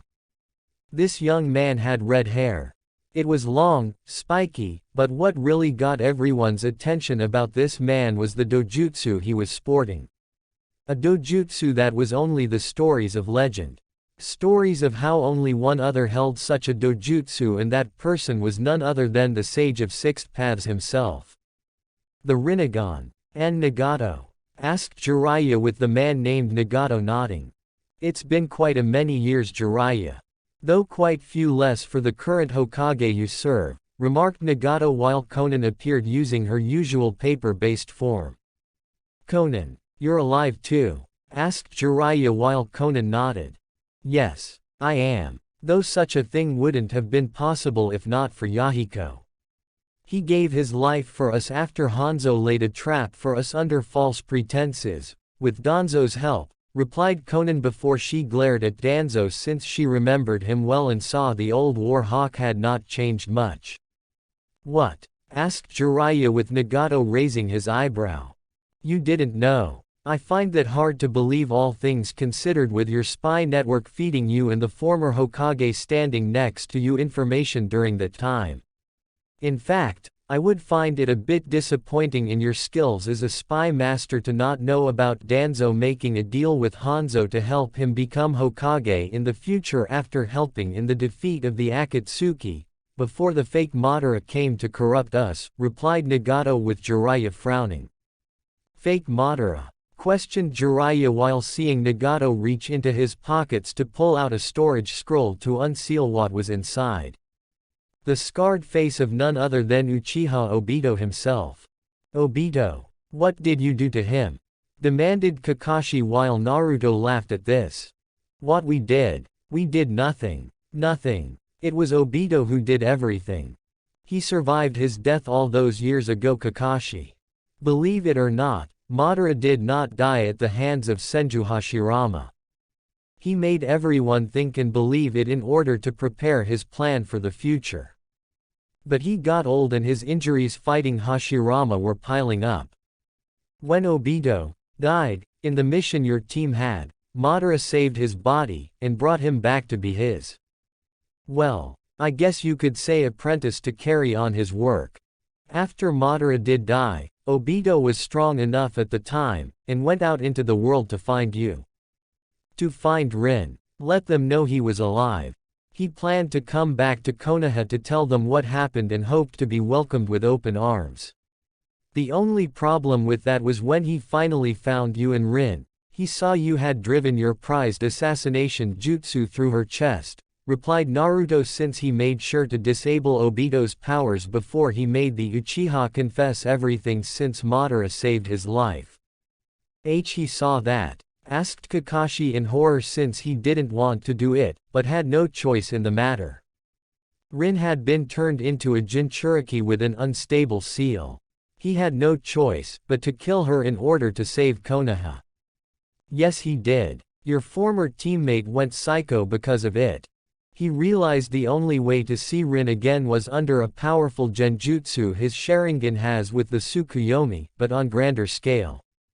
Using the 9 Biju sealed into one entity that was the Jubi, which the Sage of Sixth Paths once fought, he would possess the beast, its power, and use the genjutsu on the moon to create the infinite Tsukuyomi, so everyone would be affected by it. With him in control, everything would be as he wanted it, and Obito would have his precious Rin back. Even if the girl herself was just a fake illusion formed from his own mind, answered Naruto, while Kakashi had no idea that would happen thanks to his actions. I made Obito go insane, thought Kakashi in horror at the realization. So the man set things into motion. First, he made the Mizukage and Jinchuriki Yagura become his puppet before ordering the man to have a bloodline purge. Of course, he did need some form of justification for the move, or else the Mizukage's actions would look weird to people both inside and outside of Kiri. Hence why he influenced the Kagaya clan with his Sharingan to make them give into their bloodlust. After attacking Kiri, the people within the village would support such a move made by the Mizukage. At the same time, Obito knew the people with bloodlines would either die, flee, or fight back against Yagura. The latter of the three would further weaken Kiri further in the process when it was over, so no one with bloodlines there could oppose the Sharingan or possible oppose him. Since Kiri turned Rin into an unstable Jinchuriki, he felt it was only fitting to use it against them. I imagine he took their actions against her personally. Though your actions didn't help much either, replied Naruto coldly at the end. I didn't want to kill Rin. She was my teammate. My friend. You said it yourself. She had become a Jinchuriki of the three tails and her seal used was unstable. It was the only way to save Konoha. To save her, said Kakashi while whispering the last part. Don't feed me that crap, Kakashi. Konoha had 3 skilled seal masters at the time of the incident. Ero Sennin, my father, and my mother. Either one of them could have fixed the seal to prevent her from being turned into a ticking time bomb. Not to mention my mother had her chakra chains, so even if the Biju got out, the 3 tails could have been restrained from causing additional damage like Kiri wanted, said Naruto while Kakashi winced since he realized his actions had been the easy way out and didn't think things through at the time. He's right. I acted irrationally. I could have hurried Rin over to Minato or Kushina if I wanted and they could have fixed the seal to keep her from dying. I was a fool, thought Kakashi while the guilt of that moment only increased. He knows about his parents. How? Who told him? Did the Uzumaki clan? Thought Danzo, Hiruzen, Homura, and Kaharu while discreetly glancing at the other Uzumaki clan members. After I killed Obito, I decided Nagato here deserved a second chance at life since Danzo nearly ruined it from the start, and my cousin was reduced to being crippled with puppets being his means of using his power. Fortunately, I had found yet another Uzumaki clan member named Karen, who was once with Orochimaru of all people for a time as his subordinate, and with special healing abilities she possessed I was able to have her heal him, replied Naruto before he refocused on Sasuke. If you think I will be intimidated by your clan, then you are mistaken, demon filth. Look around us. Do you really think these other shinobi villages will tolerate your clan being here? They easily will side with Konoha and do what they tried to do during the Second Shinobi War by ending the Uzumaki clan once and for all. said Danzo while glaring at the Kyuubi Jinchuriki. Oh really? Tell me Tsuchikage-sama, will you side with Konoha if we choose to get violent here today? Questioned Naruto while the old Kage grunted from his position and surprised Danzo by glaring at him. Never. I know it was him and his root filth that tried to kidnap my granddaughter last year so she could be used as a breeding factory in secret. Even worse, he planned to have the Uchiha brat here be among the ones to violate her in the hopes that she would one day give Konoha a strong child through their combined genetics. Replied the Tsuchikage in anger while his granddaughter glared at the Uchiha. Yes, I know. I tipped you off about that. And I was the one who helped kill half of those root nin while your granddaughter did the rest. I trust that makes things even between Iwa and my family on my father's side. Said Naruto with the Tsuchikage nodding since he knew that while Iwa still had some bad blood against the Yondaime Hokage, his son had basically cleared the slate by stopping Konoha from succeeding in such a vile act. So what? Iwa is weak. We still have Kumo, countered Danzo with Naruto smirking. If the Sandaime Raikage was still in power, you might be right about that. But the man over there is not the Sandaime Raikage. He is the Yondaime Raikage and his brother also happens to be the eight-tailed Jinchuriki on his right and there is still the Niyugido on his left who is the two-tailed Jinchuriki. Also, I made Kumo aware that it was because of you that Konoha accused their village of stealing Hinata that night, answered Naruto while Danzo now began to sweat at that while Hiyashi looked confused and Hinata looked shocked. What do you mean? Of course Kumo did it. I killed the head ninja ambassador myself that night while he held the back holding Hinata. Protested Hiyashi while Naruto nodding that much was true. Yes, the head ninja ambassador from Kumo did steal Hinata-chan that night. But he did not do it under the orders of Kumo in any shape or form. He did it, because Danzo ordered him to do it. You see. That man was not a real Kumo shinobi. He was a root nin spying for Danzo to find out the identities of other Jinchuriki and Kumo. Danzo didn't want just one powerful Biju or Jinchuriki in Konoha.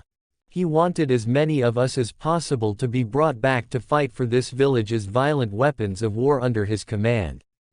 But unlike myself and the Mizukage, the other villages kept theirs a secret for security reasons.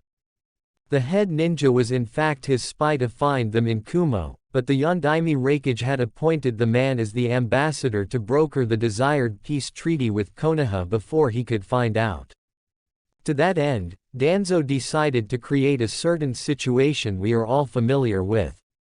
Only his plan involved the aftermath of the incident being very much different, where Kumo would have to give Konoha at least one of their Jinchuriki as reparations for violating the peace treaty signed that very night, answered Naruto while Hiyashi glared at Danzo for this since it cost him his twin brother and gained him the scorn of his nephew Neji in the process. That's why he was able to get so far with Hinata when I saw him that night, whispered Hiyashi with Naruto nodding. What Danzo didn't suspect was a certain blonde-haired boy, who had been kicked out of the orphanage that very night spiking his chakra in anger. That chakra spike easily told you something was off because it was so close to your clan home. After that, well you all know the rest. The head ninja ambassador was killed by a citizen of Konoha. Kumo had perfect deniability on their end since no one gave the order to him. There was no true way to prove the man did what Konoha accused him of doing for Kumo since instant death by gentle fist basically wiped out his mind so a Yamanaka couldn't find actually anything in his head that would be called incriminating. Not that it mattered since I suspect Danzo would have had his root nin from the Yamanaka clan do the scan to not only wipe out his own involvement, but plant false proof to get what he wanted from Kumo for when he planned to have the man captured for interrogation, said Naruto while Hiyashi felt like he was going to have a heart attack. My own family. My brother. Used like pawns for a nefarious scheme and all for a plan I never thought would happen within this village. I'm truly sorry Hizashi. You may have been the second born between us, but you were far more worthy of being clan head than I, thought Hiyashi while tears now descended from his eyes, and it shocked Neji currently standing beside his uncle. It was basically Konoha's word against Kumo's, and at the time, the latter had the upper hand in terms of muscle to fight the former. Not surprising since Kumo had two well-trained Jinchuriki from against one from Konoha that did not appreciate him and was too young to fight back. So Hiruzen did the only thing he could do in this situation to show his village was the better one in a moral sense, if you will. He decided to bend the knee like a good little politician and offered Hyuga Hiyashi up as a peace offering. The man didn't even consider the idea of any other form of appeasement. Just sacrifice the Hyuga clan head and be done with it. Like ripping off a bandage and throw the bandage away in the trash. What no one outside of those who were part of the conspiracy on Konoha's side realized was his twin brother, Hyuga Hazashi, had the cage bird seal, and took Hiyashi's place. Also there would be peace between the two villages, and to ensure Kumo still could not get the Byakugan, thus protect the Hyuga clan. Now there was a brave man worthy of being Hokage. Because unlike the former Sandaime and Danzo here, that man chose to make the sacrificial play for the good of all so everyone else could live, said Naruto while Danzo grit his teeth since he recalled how his plan failed because of what Hiyashi did. Though he had no idea Naruto had accidentally participated in the event. Kumo wanted peace with Konoha. When we heard that Konoha had killed my chosen ambassador in the middle of the night and even accusing him of kidnapping the Hyuga heiress, I demanded justice. Justice for the life they had taken, justice for the lie they were telling, and justice for violating a peace treaty so soon after it had been signed. Of course, had I known the ambassador I sent was in fact a Root Nin spy, I would have spit on his grave, and destroyed the grave marker, said while he glared at Danzo for his actions that nearly brought about a war between the two villages. As for Suna, I doubt the current Kazekage will side with you, Danzo. After all, Gaara is not only a fellow Jinchuriki, but a dear friend of mine, and I fixed his seal so it wouldn't cause him insomnia problems. Not to mention it was because myself and my clan's own advice to him that he is on good terms with his siblings. Even his former Junin sensei is his most trusted advisor, said Naruto while Gaara nodded, and the Uzumaki clan head knew he had the support of Suna in this matter. This can't be happening, thought Danzo while wondering why there weren't more of his root coming out of the shadows to protect him. Kiri won't fight for you here either because of what one member of the Uchiha clan did to their previous Mizukage and the fact you exploited those with bloodlines running away from the civil war. How you captured so many refugees, taking them underneath Konoha to be conditioned as root nins or for breeding purposes. You even provided intel to one side or the other to keep the civil war in Kiri from ending too soon, Danzo, added Naruto while smirking at the current look on Danzo's face, telling him that the old war hawk was no doubt thinking. No doubt wondering where his precious root nin in the shadows were and why they weren't here to help him. Damn it. How does he know this? And where are my root? Thought Danzo while he glanced at the shadows for his forces. And found nothing. Where were they? If you think I would fight for such an ugly man like you, Danzo, then your eyesight has clearly aged with the rest of your body, remarked Terumi May while her eyes gleamed with bloodlust at the old war hawk. See, Danzo. You are alone. You have nothing. No one will save you now, remarked Naruto in cold tone. You forget, boy, that I am the Hokage, and as such I command every ninja in this village whether they like it or not. I outnumber you with my forces in this room regardless if the cages here don't fight for me, remarked Danzo while Naruto chuckled at his choice of words in saying the other cages would fight for him and not beside him in this matter. Ah yes. Now onto the fact that your root nin who were hiding in the shadows of this place have not shown up to come to your defense. What many in this room don't know, is that Danzo had an army of root nin hidden in the shadows of this place. Also he could give the order to massacre every important person not from Konoha once the wedding was over. All in the name of the greater good, when in fact, it would just be for Danzo's benefit. To use the ensuing chaos of all 4 villages being leaderless so he could order his forces to take out the other shinobi villages. Also he could claim the spoils of war for himself.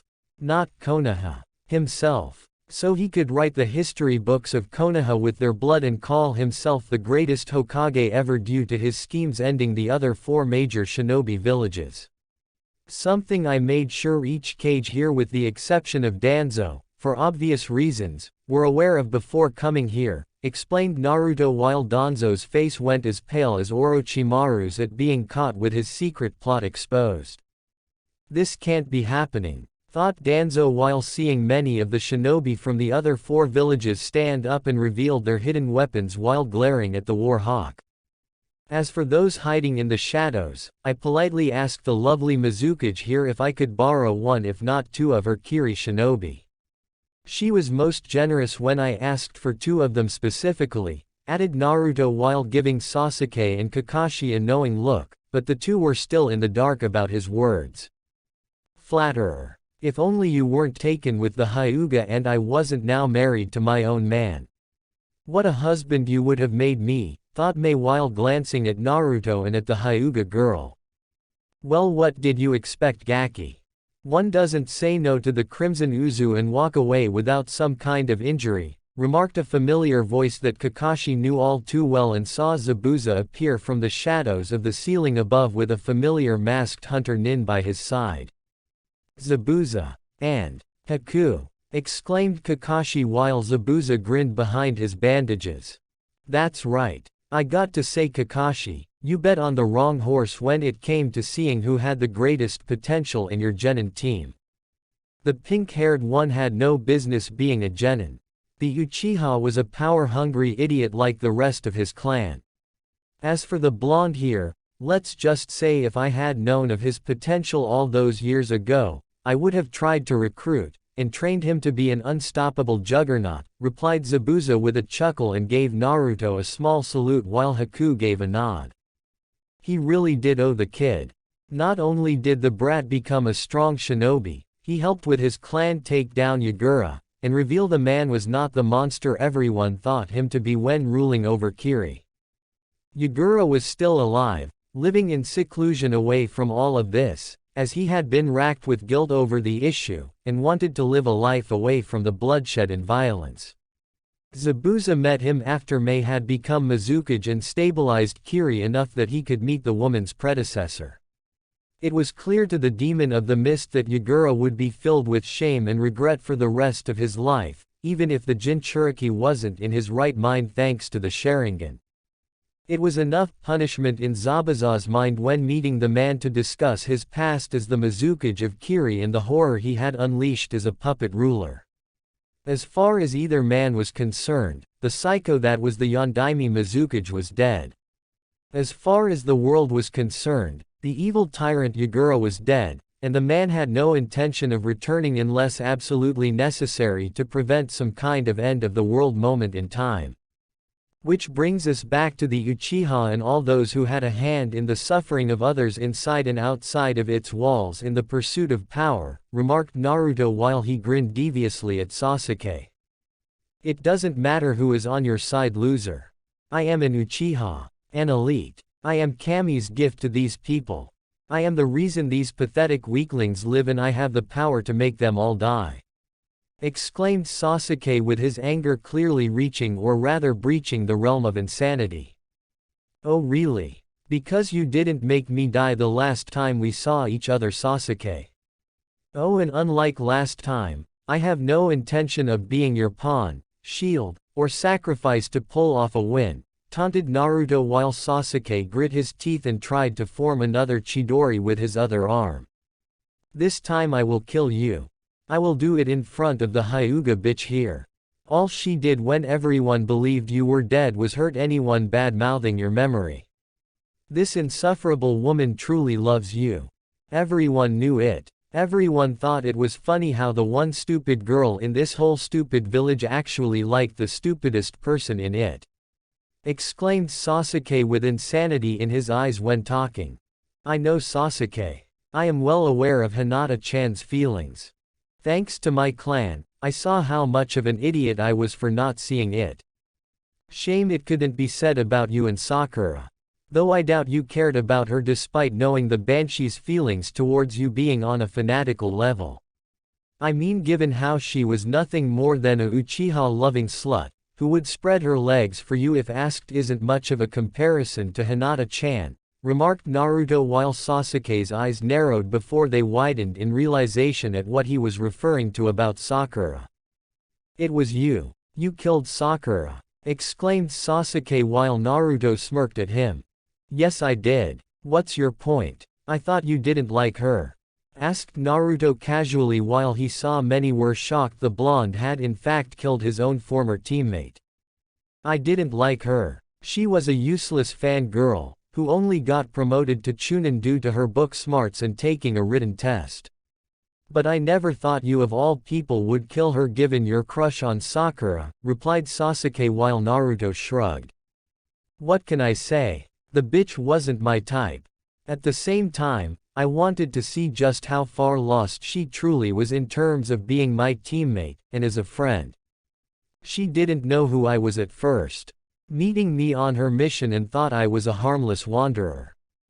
The girl never even considered I could be someone important, high-standing, or even a dangerous missing nin. Our so-called sensei really dropped the ball when it came to training her to look underneath the underneath.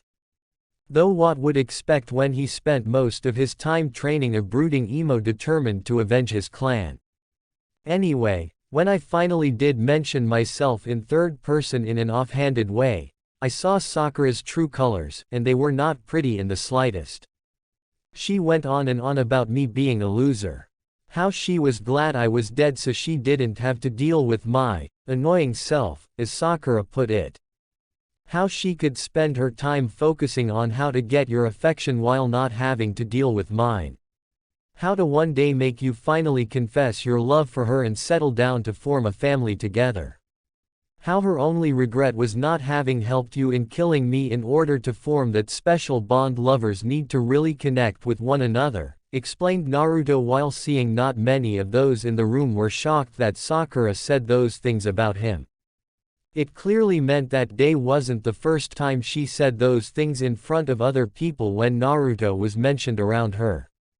So you killed her. Out of what? Anger? Spite? Knowing she had wanted me and would never love you? Demanded Sasuke while his Chidori was ready to be launched from his remaining working hand. Please. I killed her because she was a bitch. A loyal lapdog of the people in this village, who would sooner spit on my father's sacrifice to save them all from death, than even make the effort in getting to know me. They didn't care about my father or my mother. It didn't matter he was the Hokage and she was his wife.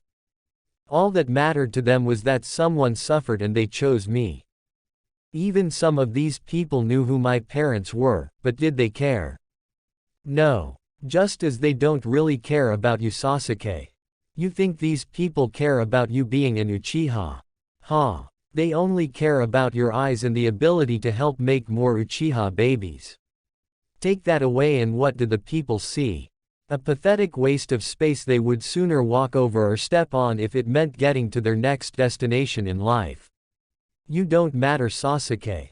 Only your bloodline in Dojutsu do, replied Naruto while Sasuke looked livid. It doesn't matter. When I'm Hokage, I will make everyone understand what it means to cross me, or make themselves believe they are my equal. I will see to it that everything and everyone is controlled by the Uchiha clan. Finances, jutsus, the people whether they are civilians, shinobi, or those from clans. Even the bloodlines themselves will be the property of the Uchiha clan. Exclaimed Sasuke before charging forward to end Naruto's life. Still thinking with all the muscles except the one that counts, and even then. It's decayed to the point of being useless even if he used it, thought Naruto before moving faster than anyone thought possible in a crimson flash before appearing behind the Uchiha.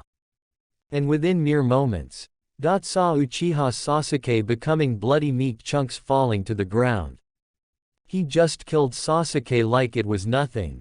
Thought everyone who didn't know the extent of Naruto's skills. That everyone is how you deal with those who spread the curse of hatred to others around them. You don't tolerate them. You don't embrace them in friendship in hopes that it will make them grow some kind of conscience and stop being evil. You don't spoil them with countless offerings of money, jutsus, and promises of being in a position of power. You kill them. That is what you do. You stamp it out by putting your foot to their throat and make it go crunch. Exclaimed Naruto while glaring at Danzo now, knowing full well the man not only protected the curse of hatred in Sasuke, but encouraged the curse of hatred to spread throughout the village to use as a tool and a weapon for his own schemes. And he wasn't alone in that regard either. Naruto, stop this. You've made your point. There is no need for further bloodshed, said Hiruzen in order to appeal to the boy he once knew. That is where you are wrong, old monkey. You see, this village owes the Uzumaki clan, myself, and every village here a big fat debt. A debt that will be paid in blood and with the lives of those who demand it be paid in full. Fortunately, a good chunk of the people who owe us this massive debt are all here in this temple where this unholy wedding was to take place, replied Naruto while Hiruzen began to sweat heavily. For someone who says we should stamp out the curse of hatred, you are embracing it quite well, Gaki. I didn't think you would be a hypocrite of all things. Your parents would be ashamed of you. Protested Jiraiya while Naruto laughed. Really? This coming from the man who forsook his own godson.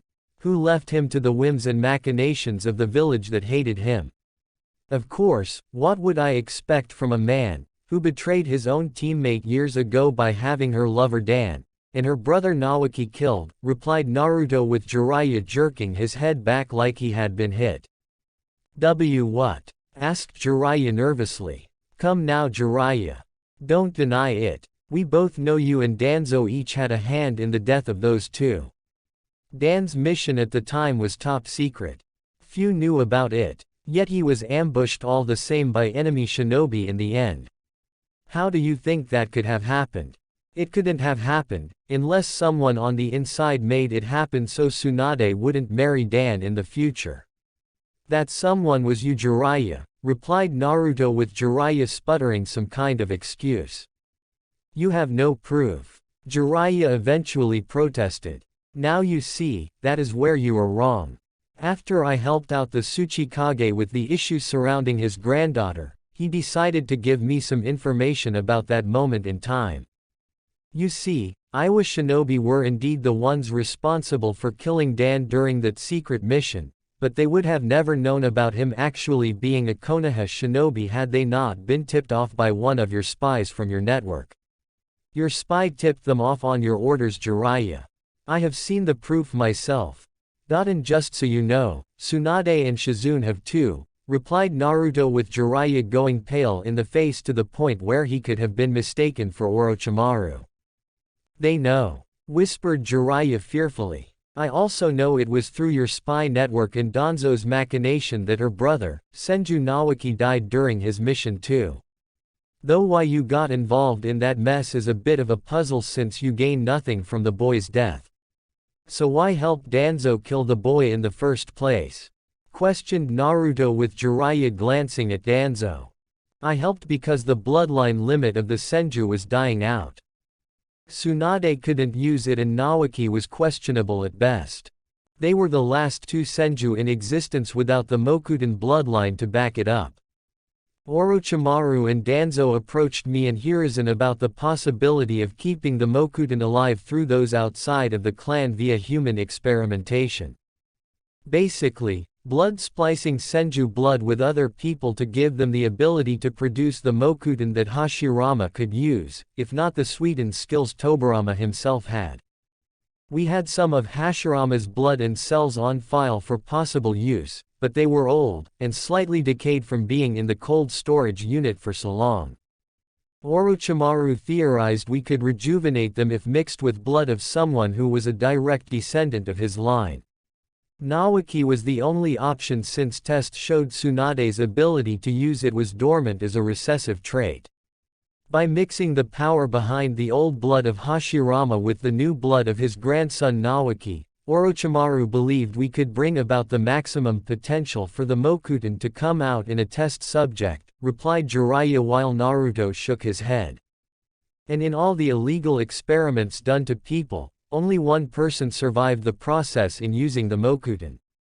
Even then, it was a shadow of what Hashirama himself could have done at his weakest. All he could do was the standard Mokuton. He didn't even have the ability to suppress a Biju like Hashirama could with his own bloodline, remarked Naruto while Jiraiya flinched. I know. And I'm sorry, replied Jiraiya before Killer Intent shot down at him from above and he slowly, if not fearfully, looked up. Sorry. You're sorry.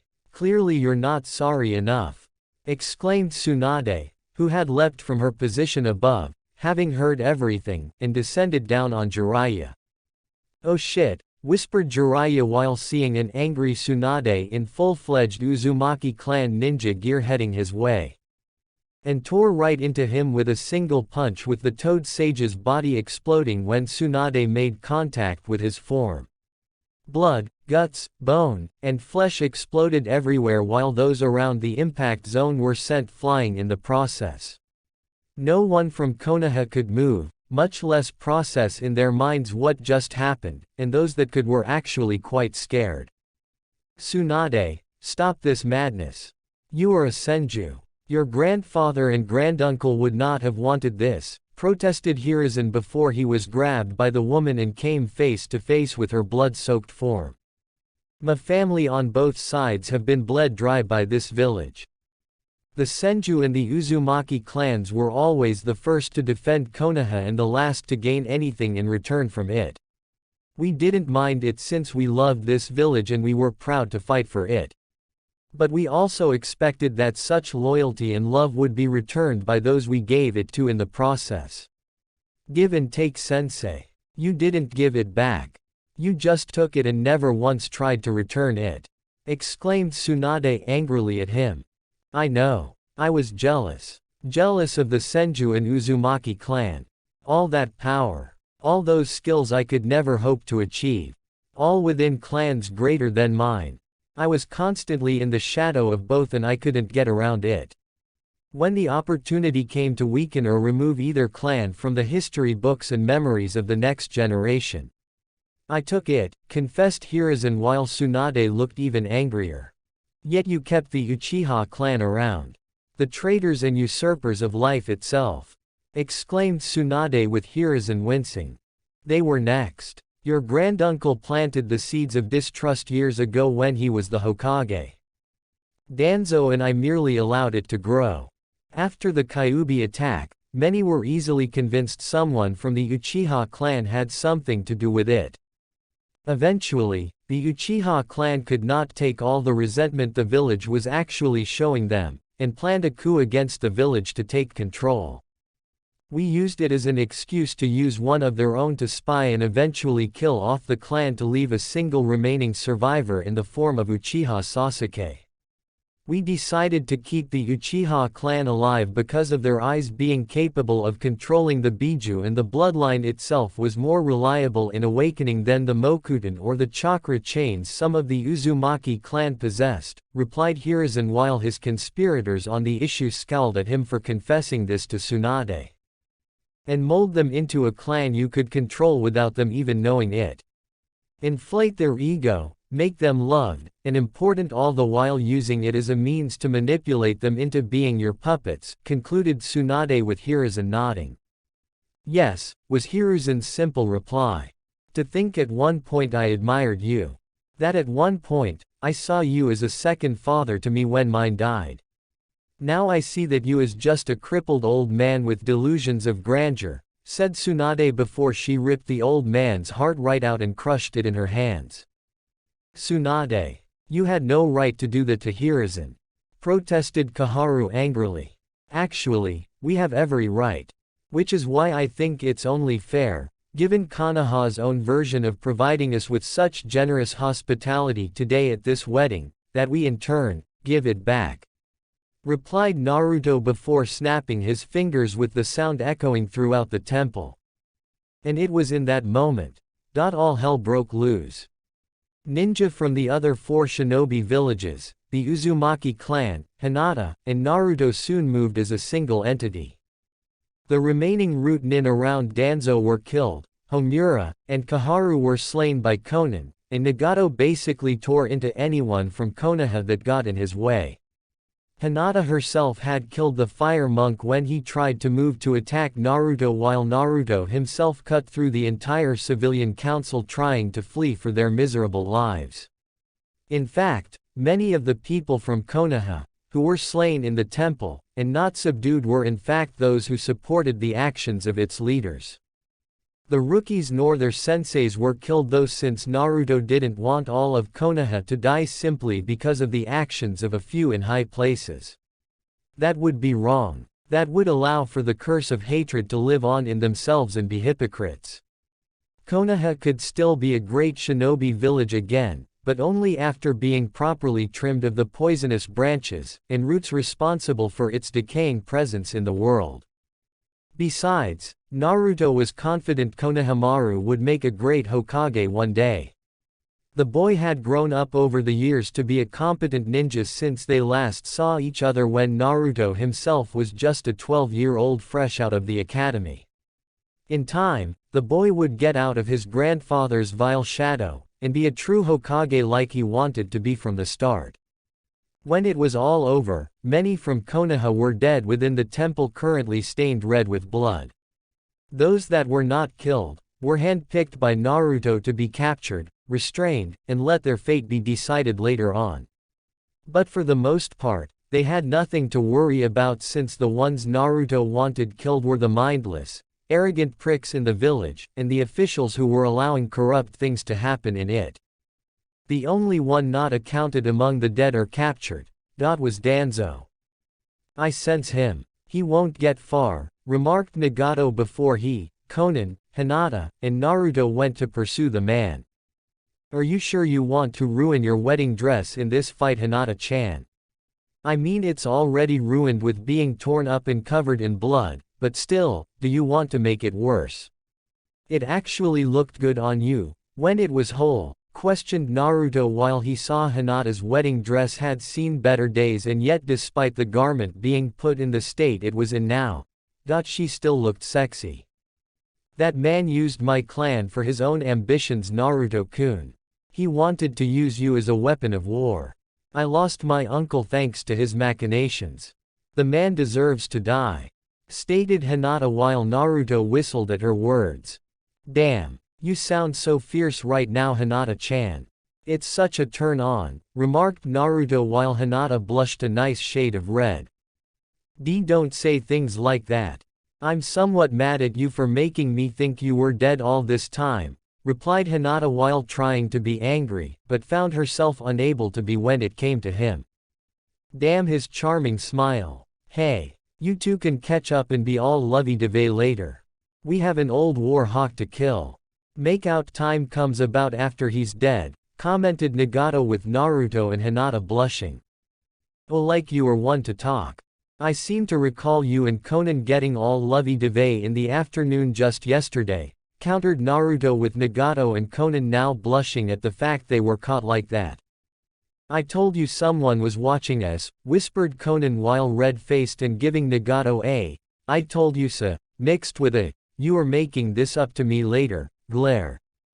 "Sorry," whispered Nagato before they found Danzo trying to run through the streets of Konoha and trying to free his hidden limb.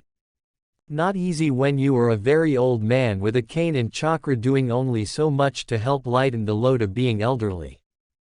"Going somewhere, Danzo? I thought a Hokage was supposed to stand and fight against all odds for the good of Konoha," questioned Naruto in a taunting manner.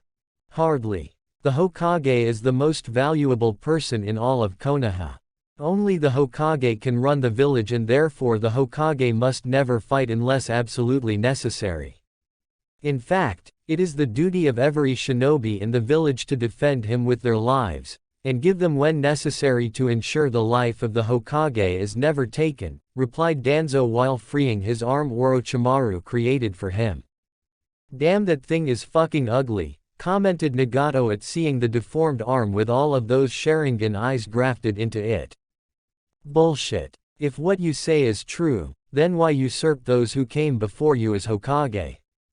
Why usurp the Sandaime, or my father the Yondaime Hokage? Don't bother denying it, Danzo.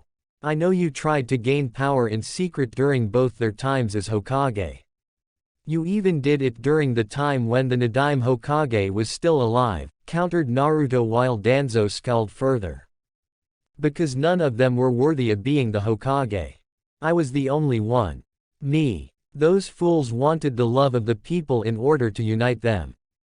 Instead, they should have just forced them to obey rather than asking, and used their superior skills to enforce it. Such weak emotional sentiment toward people make ninja weak, exclaimed Danzo while he ripped off the bandage on his face to reveal his Sharingan eye. For an old man, you sure do sound like a whiny little child seeing every other child get the one toy you want, but you yourself can't have. And to make matters worse, you even decide to make everyone else who does have said toy very miserable, remarked Nagato while Danzo glared at him. I don't have to justify myself to you or the Uzumaki clan, replied Danzo while Naruto just smirked. I don't expect you to justify it, Danzo. You have nothing on hand to possibly justify your past actions. You can claim to be a patriot of Konoha all you want. But we know for a fact, you did all the things you did for yourself. Not Konoha. Just you. You sacrificed everyone and everything around you carelessly just to stay alive a little bit longer. But what happens when there is nothing on your side left to sacrifice, but yourself? What will you do then, Danzo? Questioned Naruto while Danzo started to build up his chakra to use his various Mokudan jutsus taken from the Senju clan in order to combat them. Only to find his enhanced arm to be hit all over with Senbon needles and what looked like kunai made of bone. Sorry I was late, Naruto-sama. I was delayed by the remaining detachment of Root Nin you ordered me to kill, said Kimimaro while Haku appeared beside him as well. Nonsense, Kimimaro. You were right on time. Same with you, Haku. Good job with the use of your deadly precision with the needles and bone kunai on your part. As always, it is most impressive, replied Naruto with both bowing slightly at his praise. My Sharingan eyes. Each one on my arm was hit. I can't use the Mokudan jutsus or the Izanagi if they hit me with a lethal attack. Thought Danzo before turning to see Naruto walking toward him. I would have let Nagato and Konan kill you for what was done to them, but something tells me if we drag this out, you'll do something dangerous and desperate to kill us all. So I'm going to end this quickly so your backup plan doesn't even have a small percentage of success, remarked Naruto while sword in its sheath seemed to glow like it was eager to kill its intended target. You won't get the chance to stop me. I won't allow you to outlive me in this world. I am its one true God. I was meant to live forever and rule over everyone around me. Not you. Not the Yondaime. Not the Sandaime. Not Orochimaru or the Akatsuki. I was going to be this world's savior. Exclaimed Danzo with the madness in his eyes clearly showing while exposing his chest for the seal on it to appear. Well, will you look at that, the old man does have emotions after all. I owe Naruto some money. Damn, remarked Nagato with a smirk. A savior saves the world from destruction, Danzo. They don't enslave it like you wanted to do. Your description of yourself in more along the lines of that of a tyrant, whispered Naruto before he moved too fast for Danzo's remaining Sharingan eye to track. Almost a second later, Naruto shot his sword out of his sheath, and cut right through the war hawk into horizontally right down the middle where the complex seal on his body was located. Danzo sputtered out a gurgled curse at the blonde as he fell backwards, his wounds already cauterizing after being sliced open by the heat from the blade. He also felt both of his arms had also been taken off at the elbow and could barely even look up from his down position on the ground. You stupid brat. Don't you get it? The world will not stop fighting unless a central force or entity is the one controlling the rest of the world. Konoha was going to be that central force. That entity. Without the other shinobi villages to stop us, we could have moved into an era of controlled peace. We could have kept all the future wars this world went through small and controllable, but still necessary to advance ourselves from becoming stagnant. Without someone like me in charge of this village, this world will continue to fall into chaos, and will only get worse as time goes by," stated Danzo while seeing his enemies surround him. "If that were true, Danzo, you wouldn't have caused so much pain and hardship for the rest of the world. You wouldn't have kidnapped children to turn into emotionless root pawns. You wouldn't have manipulated Hanzo to betray the Akatsuki when they could have had peace and united together to end the fighting around AIM. You wouldn't have allied with Orochimaru and acquired this blood-spliced abomination for an arm meant to subdue Jinchuriki and Biju alike. You didn't want to save the world from itself, Danzo. You tried to enslave it. You tried to control it. You wanted to be this world's god and rule over all with an emotionless attachment to it. Also, any action done, good or ill to the people, would be felt without an ounce of guilt. You wanted to become a true god, which is why you spent so much time watching, spying, and monitoring the actions of those already pursuing different forms of immortality. When the time was right, you could swoop in later to claim the one that fit you best. Until then, you were simply content to let yourself have demigod powers of sorts with all these Sharingan eyes, and Senju DNA to cheat death," explained Naruto while Danzo spat out some of his blood right at the Jinchuriki's feet. "I am the only one who can save this world. You have killed the one person capable of bringing about true peace," said Danzo while his life faded away into darkness. "No. I killed a tyrant who cared for nothing or no one but himself. I killed a man who was so afraid of death, he chose to go so far as to kill others in the pursuit of cheating it, and become a god in the belief gods can't die," replied Naruto with Danzo gurgling blood from his mouth. "Gods can't die," whispered Danzo before his head fell back and the man's life left his body. "Actually, they do die, Danzo. The main difference between us and them is they live a lot longer. It's really all about their lifespan when you get right down to it," replied Naruto before stabbing Danzo's eye holding the Sharingan before pulling the sword out. "This is no genjutsu here. This is the real body of Shimura, Danzo," said Nagato with his Rinnegan active to ensure Danzo didn't try to pull a fast one on them. "Agreed," said Hinata while she saw the body with her Byakugan and knew there wasn't a genjutsu to deceive them. "Burn the body. The last thing anyone in this world needs is for someone to come along and pick up the pieces of this filth to replicate what happened to him," replied Naruto, as he walked away from the body with Hinata beside him, and felt the heat from the fire jutsu used to burn Danzo's corpse seconds later. "Who do you think will take over as Hokage once everything settles down?" asked Hinata with Naruto shrugging. "Don't know. It's hard to say with so many shinobi from Konoha, who supported Danzo, and his viper's nest of slime now dead. The next Hokage will have to be someone strong, yet wise enough to remove the stain of dishonor on it. Someone who won't let the seat or the hat go to their head. Regardless of whoever is chosen, I trust the next Hokage won't do anything to get revenge on us, or the other 4 shinobi villages," said Naruto while looking over at the Hyuga girl and smiled at her. "You could do it. You could be Hokage," offered Hinata while Naruto shook his head. "No. That dream was a lie. The Sandaime put that lie in my head so I would stay loyal to Konoha. To strive for an impossible dream and never give up in trying to achieve it. He knew Konoha would never accept me in the village long after he died. He also knew I would never be Hokage. I secretly checked all the laws pertaining to being qualified for the position. The old bastard had laws put in place to deny a Jinchuriki the right to being the Hokage on ground that Jinchuriki are frontline assault units in war and a Hokage needs to be behind his shinobi to give them commands.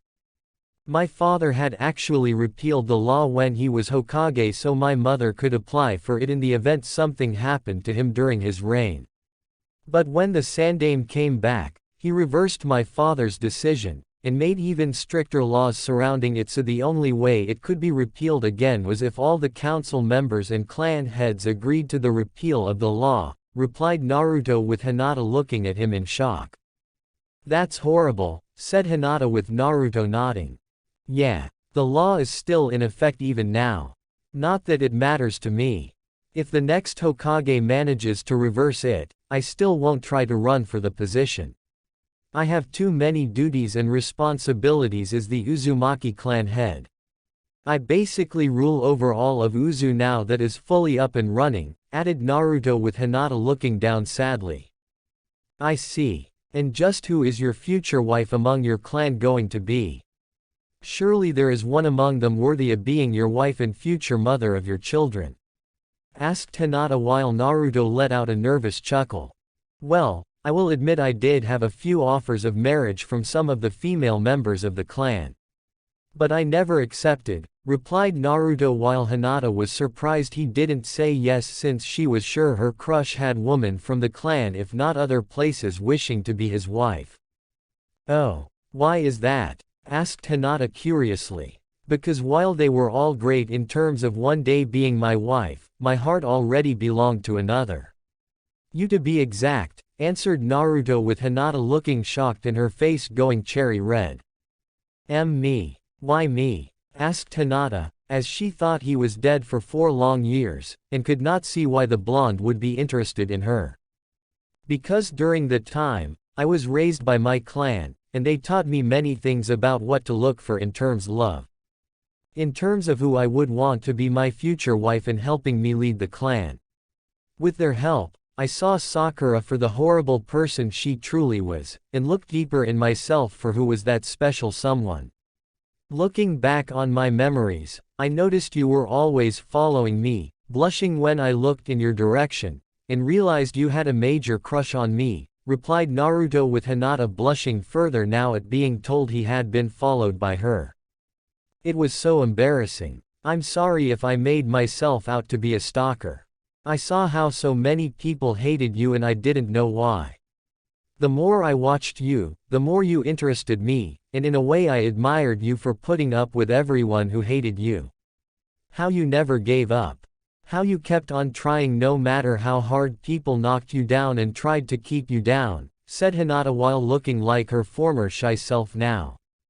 Thanks. After all of that, I decided to do a little snooping, and following you on my own to see just how you would react to my death when the village broadcast it for everyone to hear.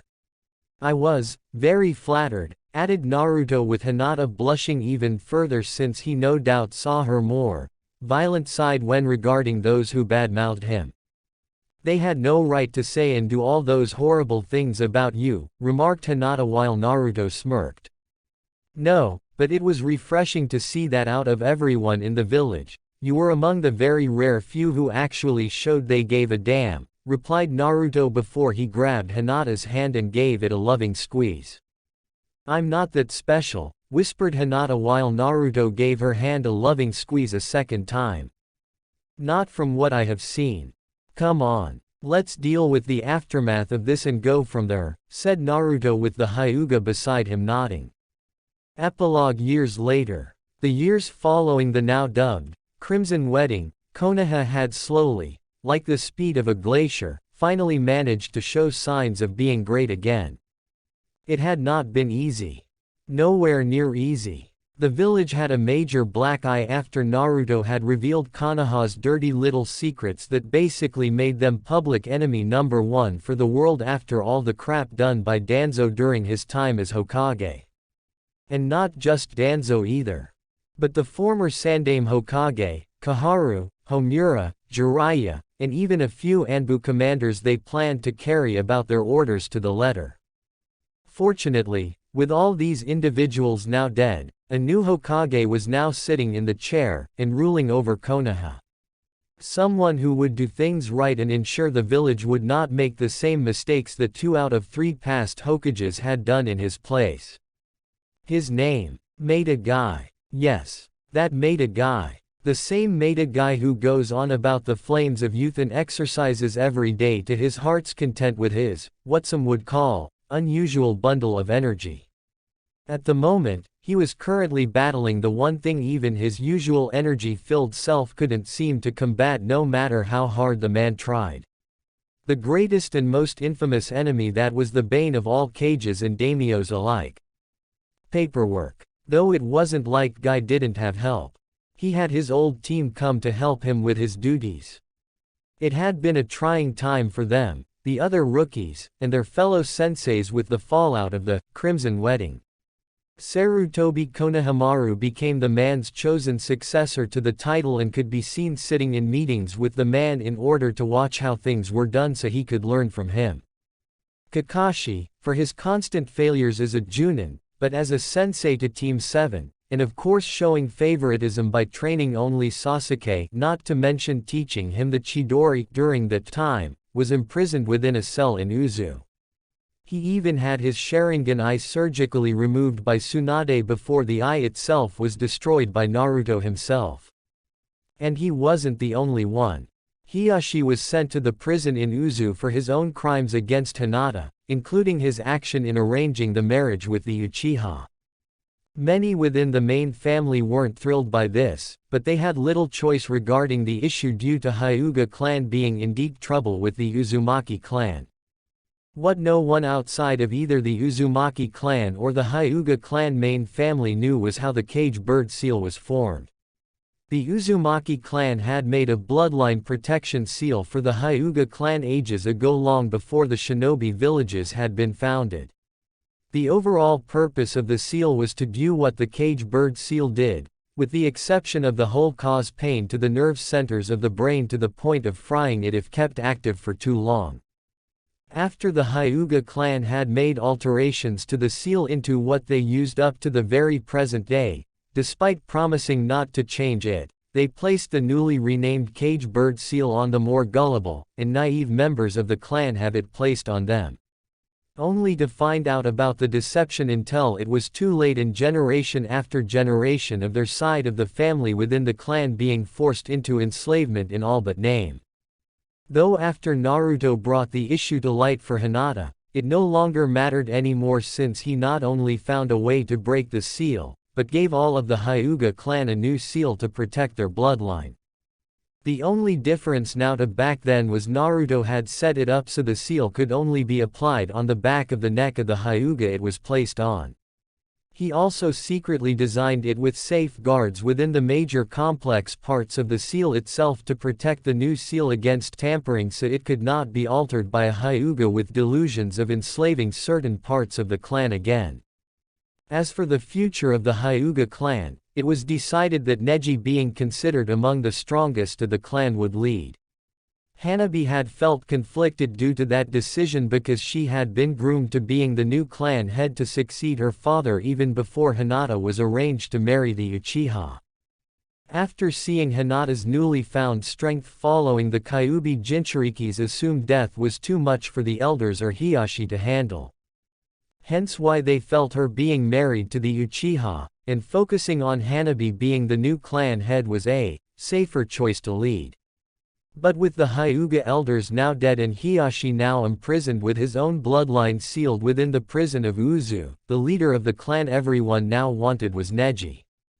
Hanabi could have challenged the boy for the right to lead the Hyuga clan, but Hanabi knew deep down that Neji was indeed the superior fighter between them, and she would ultimately lose. It was best to let the rightful person lead and help said person when needed to keep the clan strong. The shinobi villages changed their own ways too. Namely regarding their Jinchuriki and how they were treated. Kumo had of course shown their two Jinchuriki could achieve so much when loved and respected by their village. Which Naruto had pointed out happened thanks to his father mentioning it to A and to B years ago after he fought them at one point in time. The Uzumaki clan head even went to point out that mistreating Jinchuriki could only make things worse, as they could be ticking time bombs if hit with enough abuse that their minds snap. While he didn't want them to go so far as say spoil them or even kiss their ass needlessly, Naruto did point out that a beloved Jinchuriki brought out their full potential. Namely due to them wanting to fight to protect their home. Not to mention their loyalty to the village when the time came to defend it would be considered unquestionable. In the end, life for his Jinchuriki brothers and sisters were looking up, and Naruto couldn't be happier about it. Though B was still being a pain in the ass with his rapping. Tsunade herself never set foot in Konoha again. Neither did Shizune. They took what they wanted from the Senju clan home and moved to Uzu. It was here that Tsunade had found love again with an Uzumaki and they soon had a child together. All thanks to the help of Shizune, who volunteered to be a surrogate mother using Tsunade's eggs she had frozen in storage when hitting 30. But due to her age being well past that time, she had reached the point where having a child conceived naturally was not possible. It made Tsunade feel whole again knowing she had a child to call her own and Shizune was there to help give the child twice the motherly love.